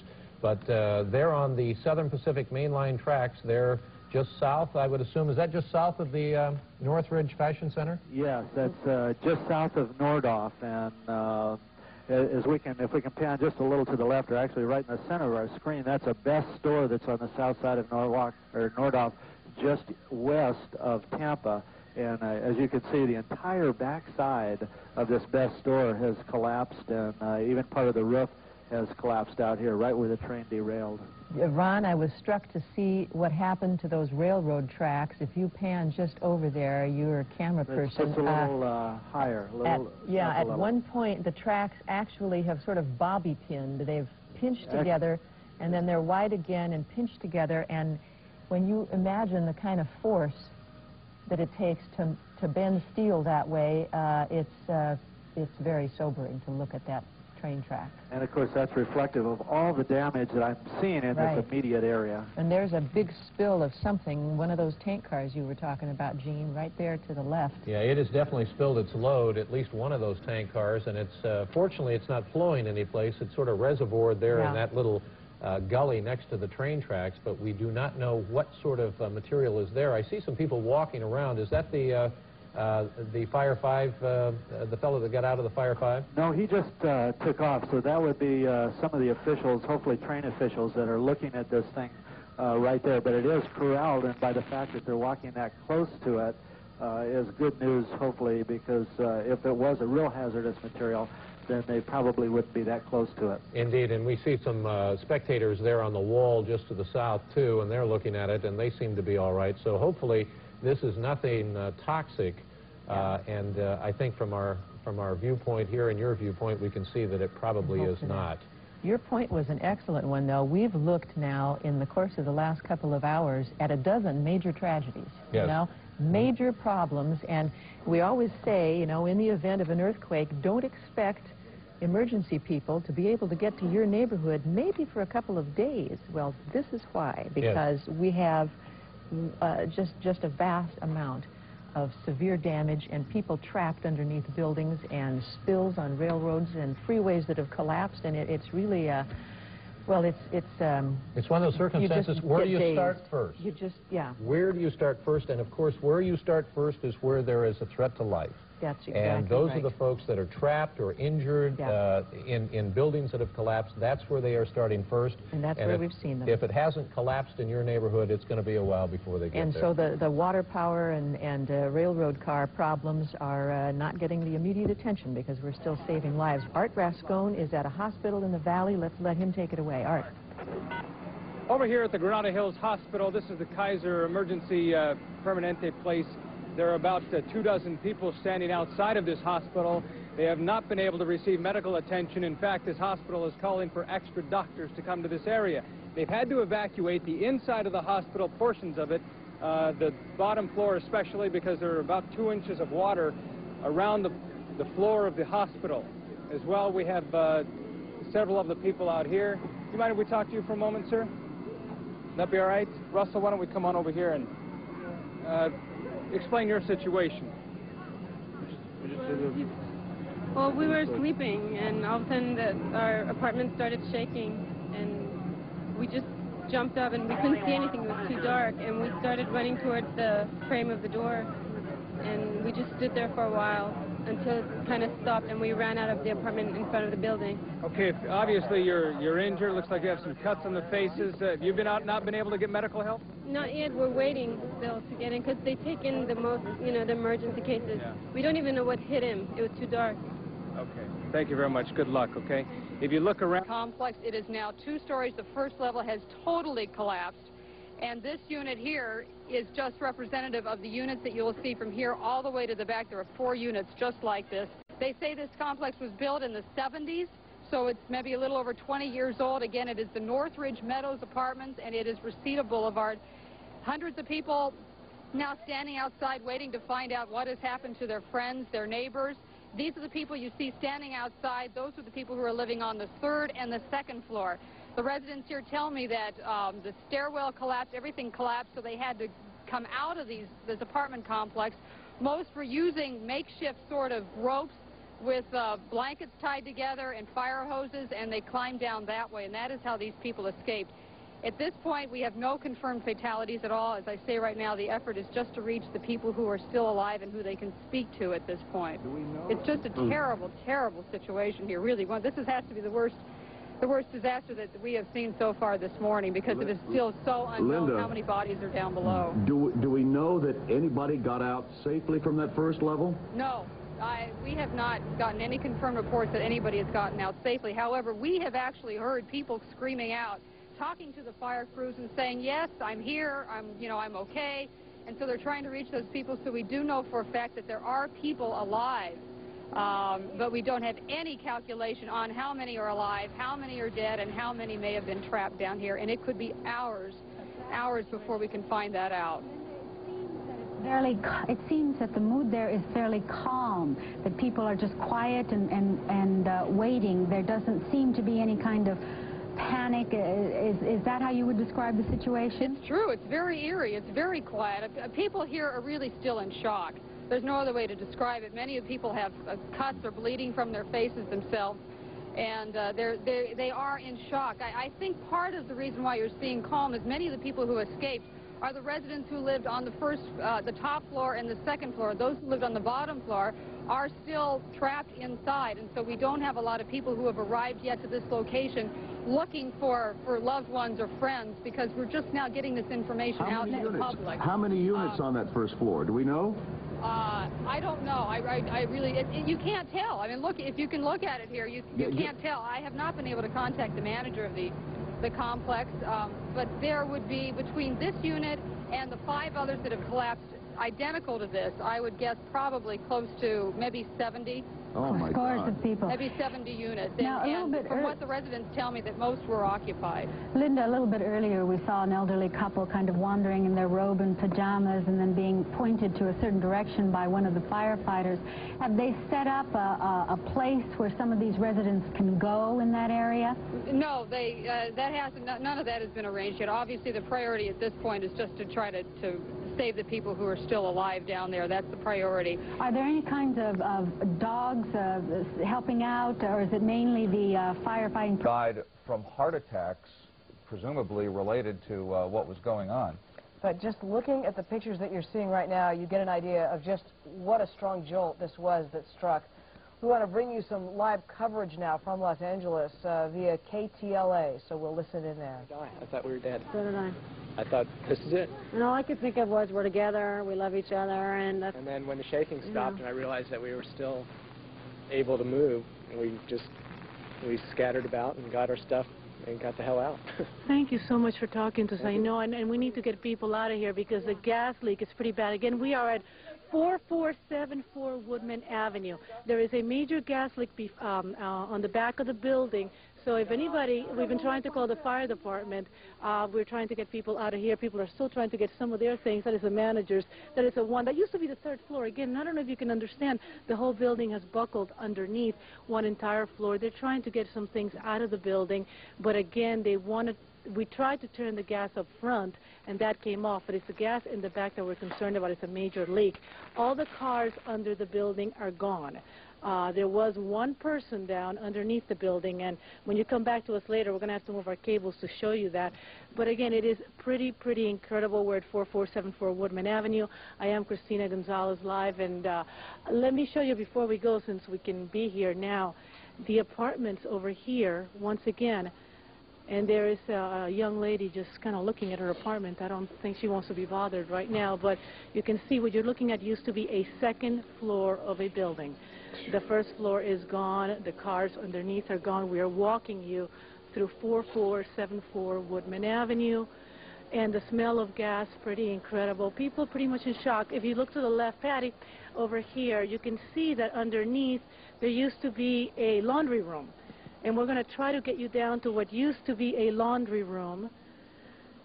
And you can get an idea. That used to be a room underneath. The laundry machine still standing barely. But that whole floor has disappeared. And I'm trying, and again, bear with us because we are trying to run cable all the way. There are, and we're getting kind of close to where the gas is, so we're not going to be able to go much in there. Take a look. Again, you're looking at what used to be the 2nd floor. It is now at 1st floor level. The 1st floor is gone. The underground garage is completely gone. that used to be the laundry room. Oh, okay. Just stunned. Diana, is your parents... Linda, are you there? Okay? Linda? Yeah. Can you maybe talk to some of these people? Yeah, this is Diana here. Diana, is this the house that you lived in, your apartment? Yeah. Right there? And are these all the things now? All my stuff is out here, and I can't find my wallet. Okay, all right. Can you describe for us what happened during the quake, and how did you get out?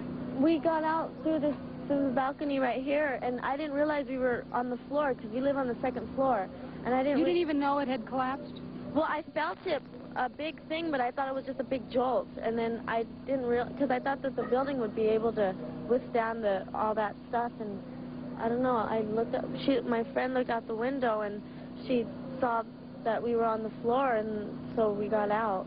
So this is all your stuff now that they've brought out. Were you injured at all? You seem okay? Yeah, I'm fine. Do you know the people who lived underneath you? No. We didn't live there was nobody underneath us because the entranceway was right here. Right there. So directly underneath you there was nobody there? Nobody there. But then, see, the building moved to the right a little bit, like 6 or 7 feet, and maybe underneath here, maybe there was somebody here, because this is the entranceway right here. And there was nothing underneath us. Do you have any idea how many units were in this complex? A lot. I don't know. It looks large, yeah. It's very big. Yeah. Now, it also seems that there was a parking... It's a man, and they're moving it in now to get that person out. We also have some police rescue folks here who are assisting the firefighters. Needless to say, the scene is slightly chaotic. Again, five people confirmed dead, including a 14-year-old boy. His mother was standing. Captain, can we talk to you 1 second? The Battalion Chief DeFeo. Okay, we have 5 confirmed dead. 5 confirmed at this time, yes. Now, Chief, who's alive in here? Well, how many? There is one person alive that we know of right now in that particular unit right there. That actually was the first floor of the building. Right. So we had that catastrophic collapse that dropped the building on approximately 40 livable units. Has he been able to talk to you at all? What's he said? Right now, and I don't know exactly what they're saying. They're in the process of rescue.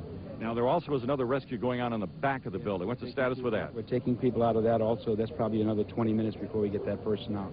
Again, we did have a catastrophic collapse. There's a lot of debris. We have to cut through it. We have to pound through it, but we're doing the best we can with the resources we have on scene. Now, would you expect you're going to find a lot more people? Do you have any idea how many people still may be trapped? We don't know how many people are here. We've talked to the manager. We can't get to the records of exactly how many people were in the building. And again, there was a major evacuation conducted when we came on scene at first, and that was the 2nd and 3rd floors. We got most of those out. So they're all out as far as we're concerned, but now it's the ones in the collapsed units. Do you have any idea of how much space they have between them and the 2nd floor? It varies probably between 1 feet to 5 feet. So there'll be a lot of void spaces inside, and it's typical of it. Not only collapsed down, but it went forward like this, so it actually dropped lower than you normally expect in a pancake. Okay, thank you. Chief is being called back. The rescue effort is going on in this apartment. Again, it was the 1st floor apartment. And now we're showing some tape. We'll go over and take a look at it here on the monitor. We'll show you what we have. Stay on that, Chief. This is a rescue attempt in the back of the building. This is the first one we went on this morning. This is in the rear of the building. A man was trapped in his 1st floor apartment. That's the 2nd floor kitchen there that the firefighters are working on. There's, as the Battalion Chief DeFeo said, and there we just lost our video, there is... kind of symbolic of what we've all been through this morning. Some much worse than holding others, on to what is truly dear. And well, we're looking back there where at that apartment house that collapsed. Perhaps 70 units just smashed.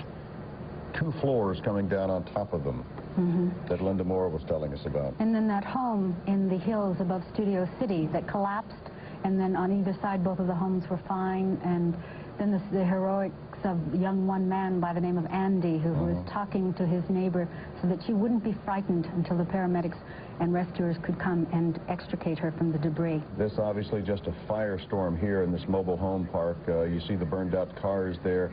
Nothing left, just cinders left of trees.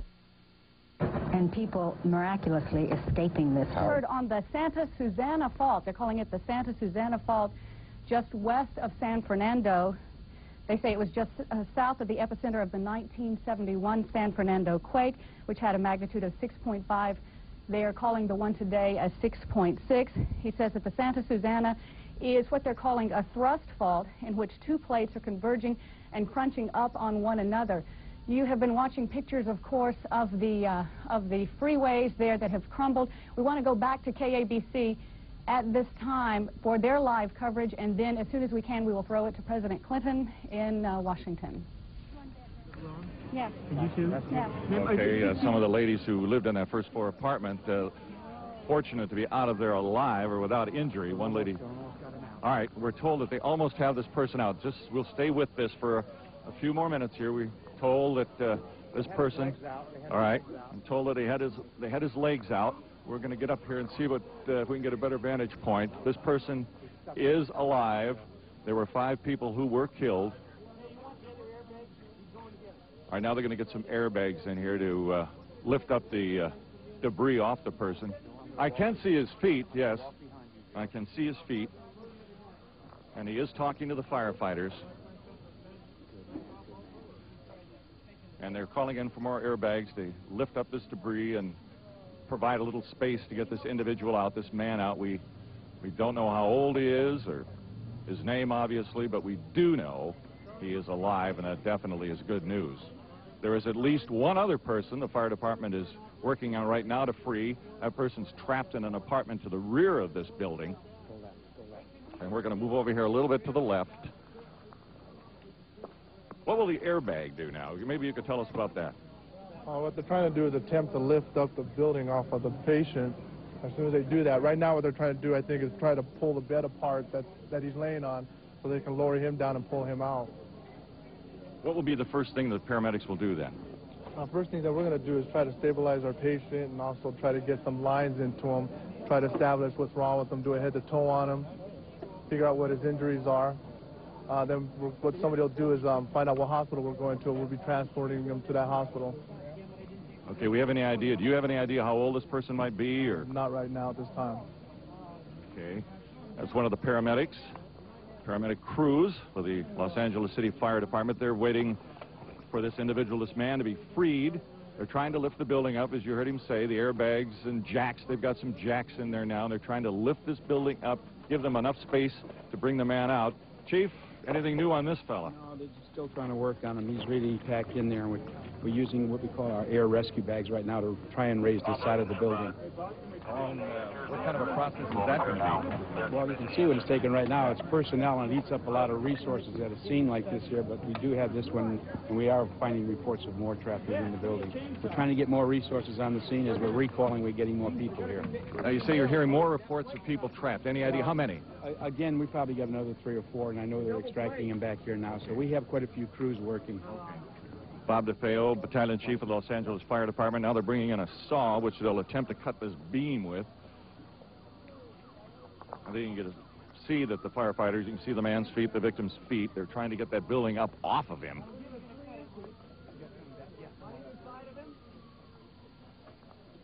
As you heard Chief DeFeo say, 2, 3 other people being rescued at this time. The fire department is bringing in additional personnel to deal with that. As you can see here, it takes quite a few firefighters to free a single individual. There is a lot of work to do. It's very precise work. They don't want this building to slip and fall any more on this man than it is already. Again, the airbags will be brought in and the jacks, and they'll get him up. So I think at this point, we've got a ways. All right, I got to pull some cable here. Okay, all right, we're going to back out of here. Okay, it's going to be a while before they get those airbags in here and they free this individual, but we'll come back as soon as they get close to that. Again, 5 people are confirmed dead here in this apartment complex. A 3-story building collapsing on itself. There are now 2 stories. The second story is sitting on top of the first. It is a terrible, terrible scene. Again, 5 people confirmed dead. I'm Joe McMahon reporting live from Northridge. Back to you in Hollywood. Joe, thank you very much. We are watching probably the most intense scene in the Los Angeles area this morning. We have fatalities confirmed in other places, but there at 9500 Reseda, it is the most intense. Harold Green has just joined me here in the studio, and things were shaking pretty well at your house this morning, Harold. Yes, I lived through the Sylmar earthquake, February 9th, 1971, 5:59 in the morning, and this one obviously very much stronger, but the scenes are similar. Once again, out in the Sylmar area, Tricia Tagasuki is at Cal State Northridge. We'll get to her in just a second, but we are looking at a similar damage pattern that erupted in 1971. Same thing we had happen this morning at 4:30. But this is the largest earthquake in the history of Los Angeles, 6.6 in the Los Angeles basin. In the city limits, the largest one. Driving in, the freeways, for the most part, are clear. A lot of people remain outside of their homes right now, out talking, checking on one another. Not a bad idea. On a personal note, I went across the street. I live over near the North Hollywood area, knocked on a neighbor's door repeatedly, did not get a response, started to leave, banged on the door one more time, heard the woman call out, kicked open her door, went inside, and everything had fallen on her. She had chosen to sleep on the couch last night. It's never too late to check around your home, check with a neighbor. If you don't see the neighbors, give a knock on the door, and you will perform a public service, because after all, that's what we're trying to do right here, is perform a public service and share this kind of information with you. She was okay, your neighbor? She was okay. She took you out from under the stuff? We got her up and okay, and she is a thankful person. But she was alone, and she had been there for over an hour by herself, and was pretty near panic when we finally got in there. So keep that in mind. And now, Tricia Tagasuki. We're going out to Tricia. We've already seen some incredible damage at Cal State Northridge. Bring us up to date now, Tricia. Harold and Ann, we're on the other end of the campus right now, and there have been several buildings here on the CSUN campus that have sustained damage. If you can look behind me, that is one of the science buildings there. Just a few minutes ago, it was up in flames. They have several hazmat teams out here because there are, as you can imagine, a number of chemicals in that building, and right now in the air you can smell some of the chemicals that are burning. They were able to put that fire out. I think we have some tape where we can show you where those flames were burning. As I said, there are a number of different buildings here on campus that have...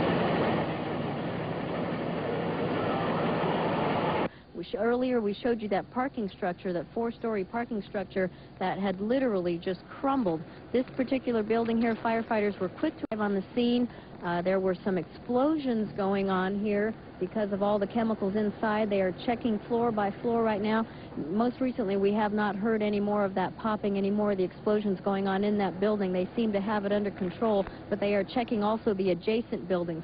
It appears that the building that was on fire there on the top happens to be one of the older buildings. Right next door, you can see some of the newer facilities that don't appear to have been damaged at all, although firefighters are going through each and every one of the buildings and checking.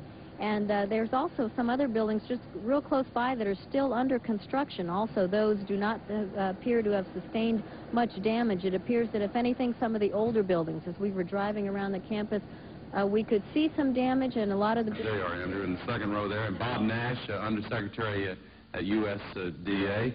Senator Bill Bradley of New Jersey, and Senator Joe Lieberman of Connecticut, Senator Don Riegel of Michigan, Representative Paul Ken Jaworski of Pennsylvania, Representative Floyd Flake of New York, Representative... We're going to go ahead and monitor that, Carla. I think they have turned down the volume on the Vice President, and we believe our microphones are back on. We're going to monitor the situation in Washington. When the President begins speaking about Southern California, we'll go immediately back to him live. Now, we want to give you a more thorough location right now. This is in Reseda, and we are watching a vehicle fire, and apparently it does look like it is a result of one of those ruptured oil lines or gas lines that we have been referring to all morning long. This is another good reason not to drive on any of the streets. Again, today is a holiday for most people. You can stay home. Obviously, if you have a problem in your home where it is not habitable, you can call the American Red Cross, but stay off the roads right now because they're trying to deal with emergencies such as this that we're seeing live in Reseda. We've seen so far reports of a total of 50 different fires burning around Southern California, most of them centered in the northern part of the San Fernando Valley, that portion where this morning's earthquake was epicentered, most of them apparently a result of ruptured gas and oil lines. And this apparently just one example, because we're seeing the wall of flames progressing away from that vehicle. It doesn't look like this started out to be an accident. It looks like it started to be some sort of ruptured line, hence the flames that have moved away from the scene and the flames that are coming up from underground. But imagine this, repeated 50 times. Northridge, yeah. And it's happening in Northridge, and it's happening in Sylmar. Sylmar also the area where we saw that derailed train. And this picture from Studio City this morning, where a man's home, his house of 30 years, was destroyed. I mean, it's unbelievable to see this, you know, that car just teetering over what was once his home. Let's see if Vicki Vargas is there. Vicki? Apparently she's not, but earlier she explained how, you know, this house just crumbled from its foundation. And this in Studio. Back in the news center, Mark Jones and Mark Mullen recapping the 6.6 quake that hit Southern California this morning, the Southland quake. And we're going to go back to Soledad O'Brien now with a USGS report from Menlo Park. That's right. I'm with David Oppenheimer. He's with the USGS. He's a seismologist. First, we want to clear up any fears about this earthquake that was felt in the East Bay and reported also in Napa. That happened around 6:45 this morning. David, what can you tell us about that quake? The earthquake occurred on the Green Valley Fault, sort of midway between Clear Lake and Lake Berryessa. As far as we understand, it's completely unrelated to any seismicity in Southern California. So there's no relation whatsoever. Let's talk about Southern California. You seem surprised a little bit. I know you're not an engineer, but you seem surprised by the damage, the extent of the damage of the pictures we've been seeing. Why is that? Well, this earthquake occurred so close to the San Fernando earthquake in 1971 that obviously there were some lessons learned from that earthquake, and they've rebuilt, and it points out that we still have some ways to go in terms of our engineering. I don't know the specifics of why these freeways collapsed, but it's disconcerting to see that they're still not withstanding similar-sized earthquakes built after 1971. People living near L.A., outside of L.A., they can expect to feel aftershocks all day, is that correct? They can expect to feel aftershocks for weeks. There's a 34% probability that this earthquake could be followed by an earthquake of about 5.5 and greater. And we've had probably about 30 earthquakes greater than magnitude 3.5 already, and magnitude 4.7 I think was the largest one that I've seen. So people are going to be feeling aftershocks for several weeks. Okay, thanks very much, David. Okay, we're going to follow that from here. Back to you, Mark. Okay, thanks very much. Ever since 4:31 this morning when this earthquake hit, we have been throwing a lot of information and a lot of pictures your way. So what we do is try and give you some perspective, update you every 15 minutes and sort of give you sort of a broad overview just so you can keep everything in mind as you follow this story along with us. In total right now there are 5 confirmed deaths, including 1 Los Angeles police officer. Also, a major fire broke out at the Cal State University Northridge campus. That worried a lot of people because apparently that houses radioactive material, and therefore the entire area has been evacuated. At least 8 aftershocks measuring 4.0 or stronger have hit, as many as 30, as a matter of fact. You just heard somebody say. QUAKE experts say strong aftershocks will continue for at least the next 72 hours. And the Los Angeles Police headquarters has been evacuated because of flooding. Several freeways are shut down, including Highway 14, the main route leading to the Southland, and also the Santa Monica Freeway and Highway 118, all with major structural damage. At least one of those was retrofitted after the 1971 earthquake, but it still went down this morning. 3 major freeway collapses to talk about. It is almost impossible to try and determine how many fires have broken out in greater Los Angeles. Authorities right now are reporting at least 50 fires, but basically it's a crapshoot right now because we just don't know. And just to give you sort of an idea, as you look at this picture from KNBC television, it is so difficult with so many fires breaking out all over. Firefighters can't be everywhere. So we are seeing many situations such as this one that you're watching right now on television. That's a taped picture there, but there are fires literally.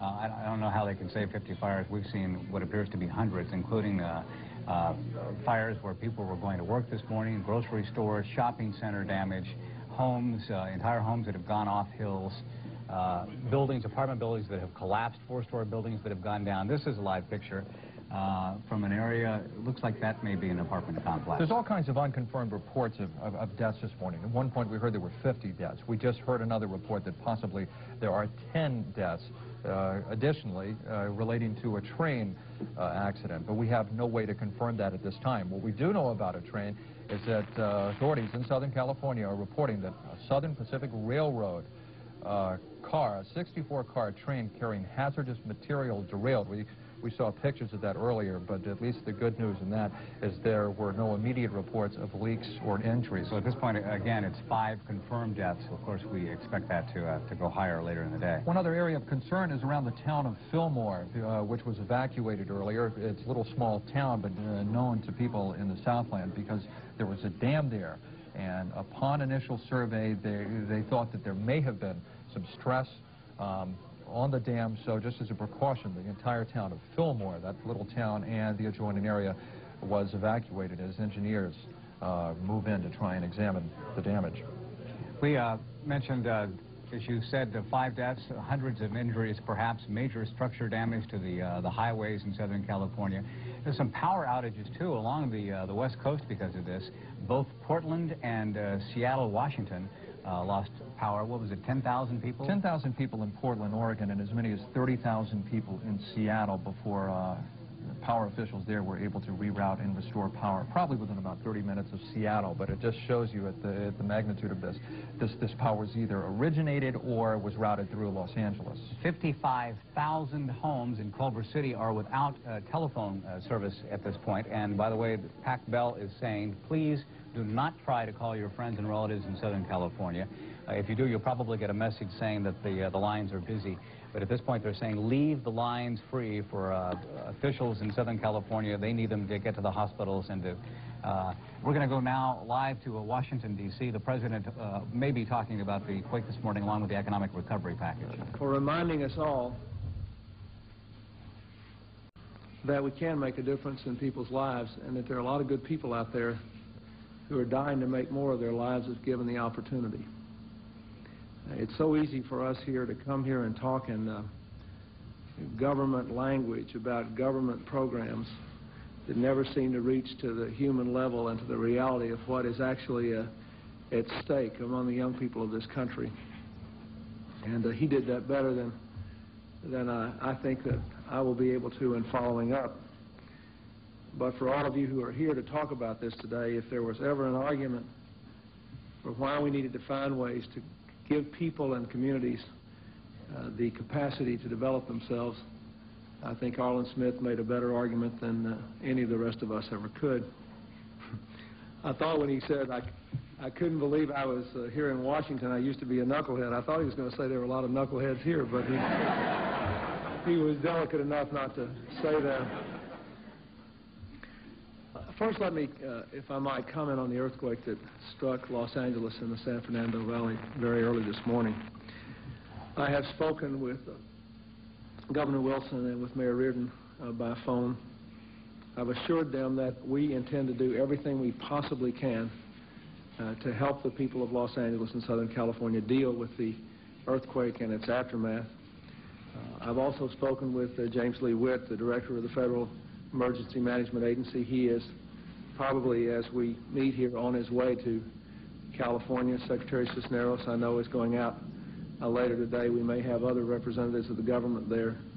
We have done everything we can, both to provide the resources and the backup we need. I believe that later today it will be possible for us to issue the appropriate federal declaration for California. We're going to go out there anyway, and our people will be doing the necessary work to try to do that. FEMA has had a lot of challenges this year, what with the 500-year flood in the Middle West and the fires in Southern California, but the good news is I think they're well organized and ready to deal with this, and I have been very impressed with the work that's already been done since the early morning hours in Southern California. We do know that at least 3 people have lost their lives, that many people have lost their homes, that there's been a severe disruption of life there. There are at least 3 major freeways that are seriously damaged, and if you've seen that, been watching it on television, you know that. So I ask the American people to remember the people of Los Angeles County in their thoughts and prayers today. It's going to be a very difficult few weeks for them as they try to come through the immediate dangers, and there are still some immediate dangers there, and then the aftermath. On this Martin Luther King Day, we honor our nation's most challenging and eloquent voice for human rights and human potential, a person who gave his life to guarantee better opportunities for people like Arlen Smith. President Clinton speaking live from the White House, indicating that a declaration of emergency on a national level may be signed as early as this afternoon, Washington time. As you can imagine, major problems at LAX this morning, and Laura Anthony is standing by with a reaction here in San Francisco. I bet it's a mess out there, too. That's right, Mark. There are some problems associated with this quake here at SFO. Nothing terribly major, though. I'll get to those in just a moment, though. With me right now is Rich Verdon. He is a Southern California resident from Mission Viejo. He just flew in this morning, and he was, of course, awakened with a jolt this morning. Rich, tell me, how did it feel? Well, to be honest, it wasn't as bad as a Landers quake last year, but it definitely shook. Started off softly, it got stronger, lasted about, I don't know, 30, 45 seconds, and then it subsided. But the strange thing was, unlike others, after this one ended, it was only moments before the aftershock started, and they kept going on for moments and moments, and we lost a lot of dishes, plates, you know, coming off some of the furniture, and the cat was scared. But other than that, we just got in the doorway and then waited it through. Now, we've heard reports that this was a long quake, a relatively long quake, and that it felt perhaps stronger than the magnitude indicated. What was your reaction? There wasn't a big jolt, an initial shock, but the actual duration that the long rolling lasted was quite a long time. Lots of problems on the freeways and things down there this morning. Now, you had to get in the car and go to the Orange County airport. Did you encounter any problems? On the way to the airport, yeah, a lot of traffic. Caltrans has had a lot of off ramps checking the structure and what have you. Almost missed the flight, but I understand that several of the airports down in the area are closed, and there's some major damage to the overpasses near LAX. All right, Rich Verdon, thanks for joining us this morning.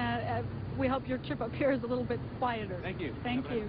There are some problems down there, as Rich said. LAX, from what we understand, is about half closed at this hour, although they are getting flights in and out.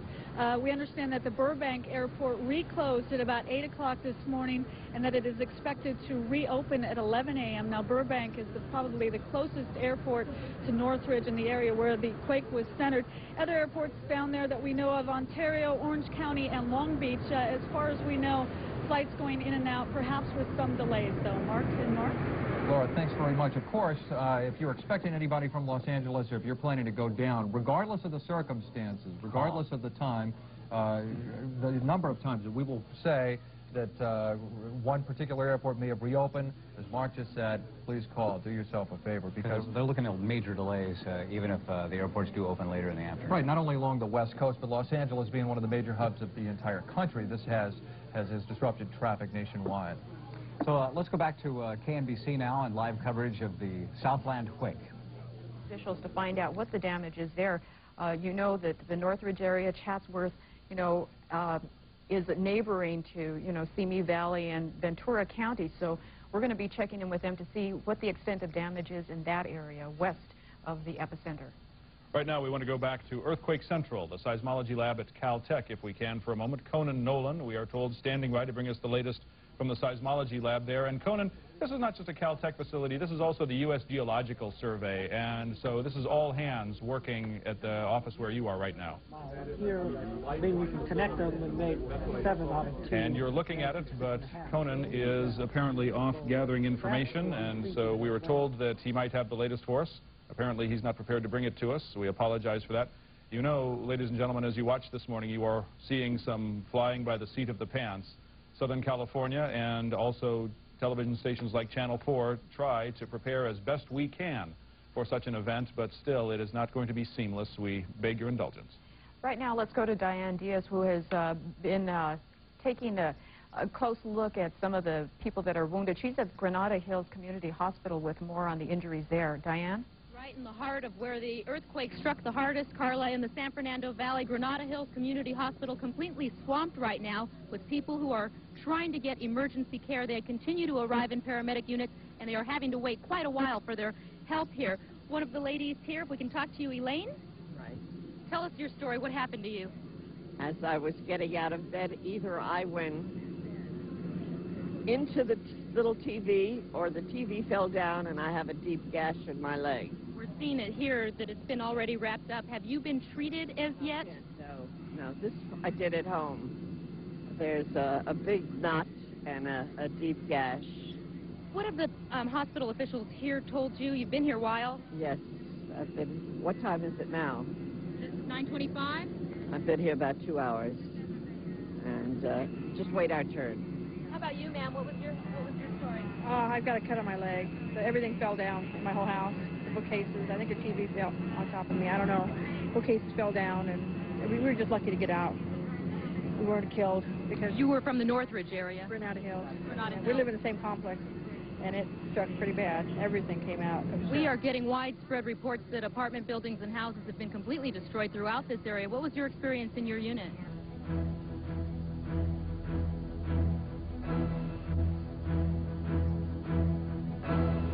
The first time I switched pain relief... Definitely see it from here.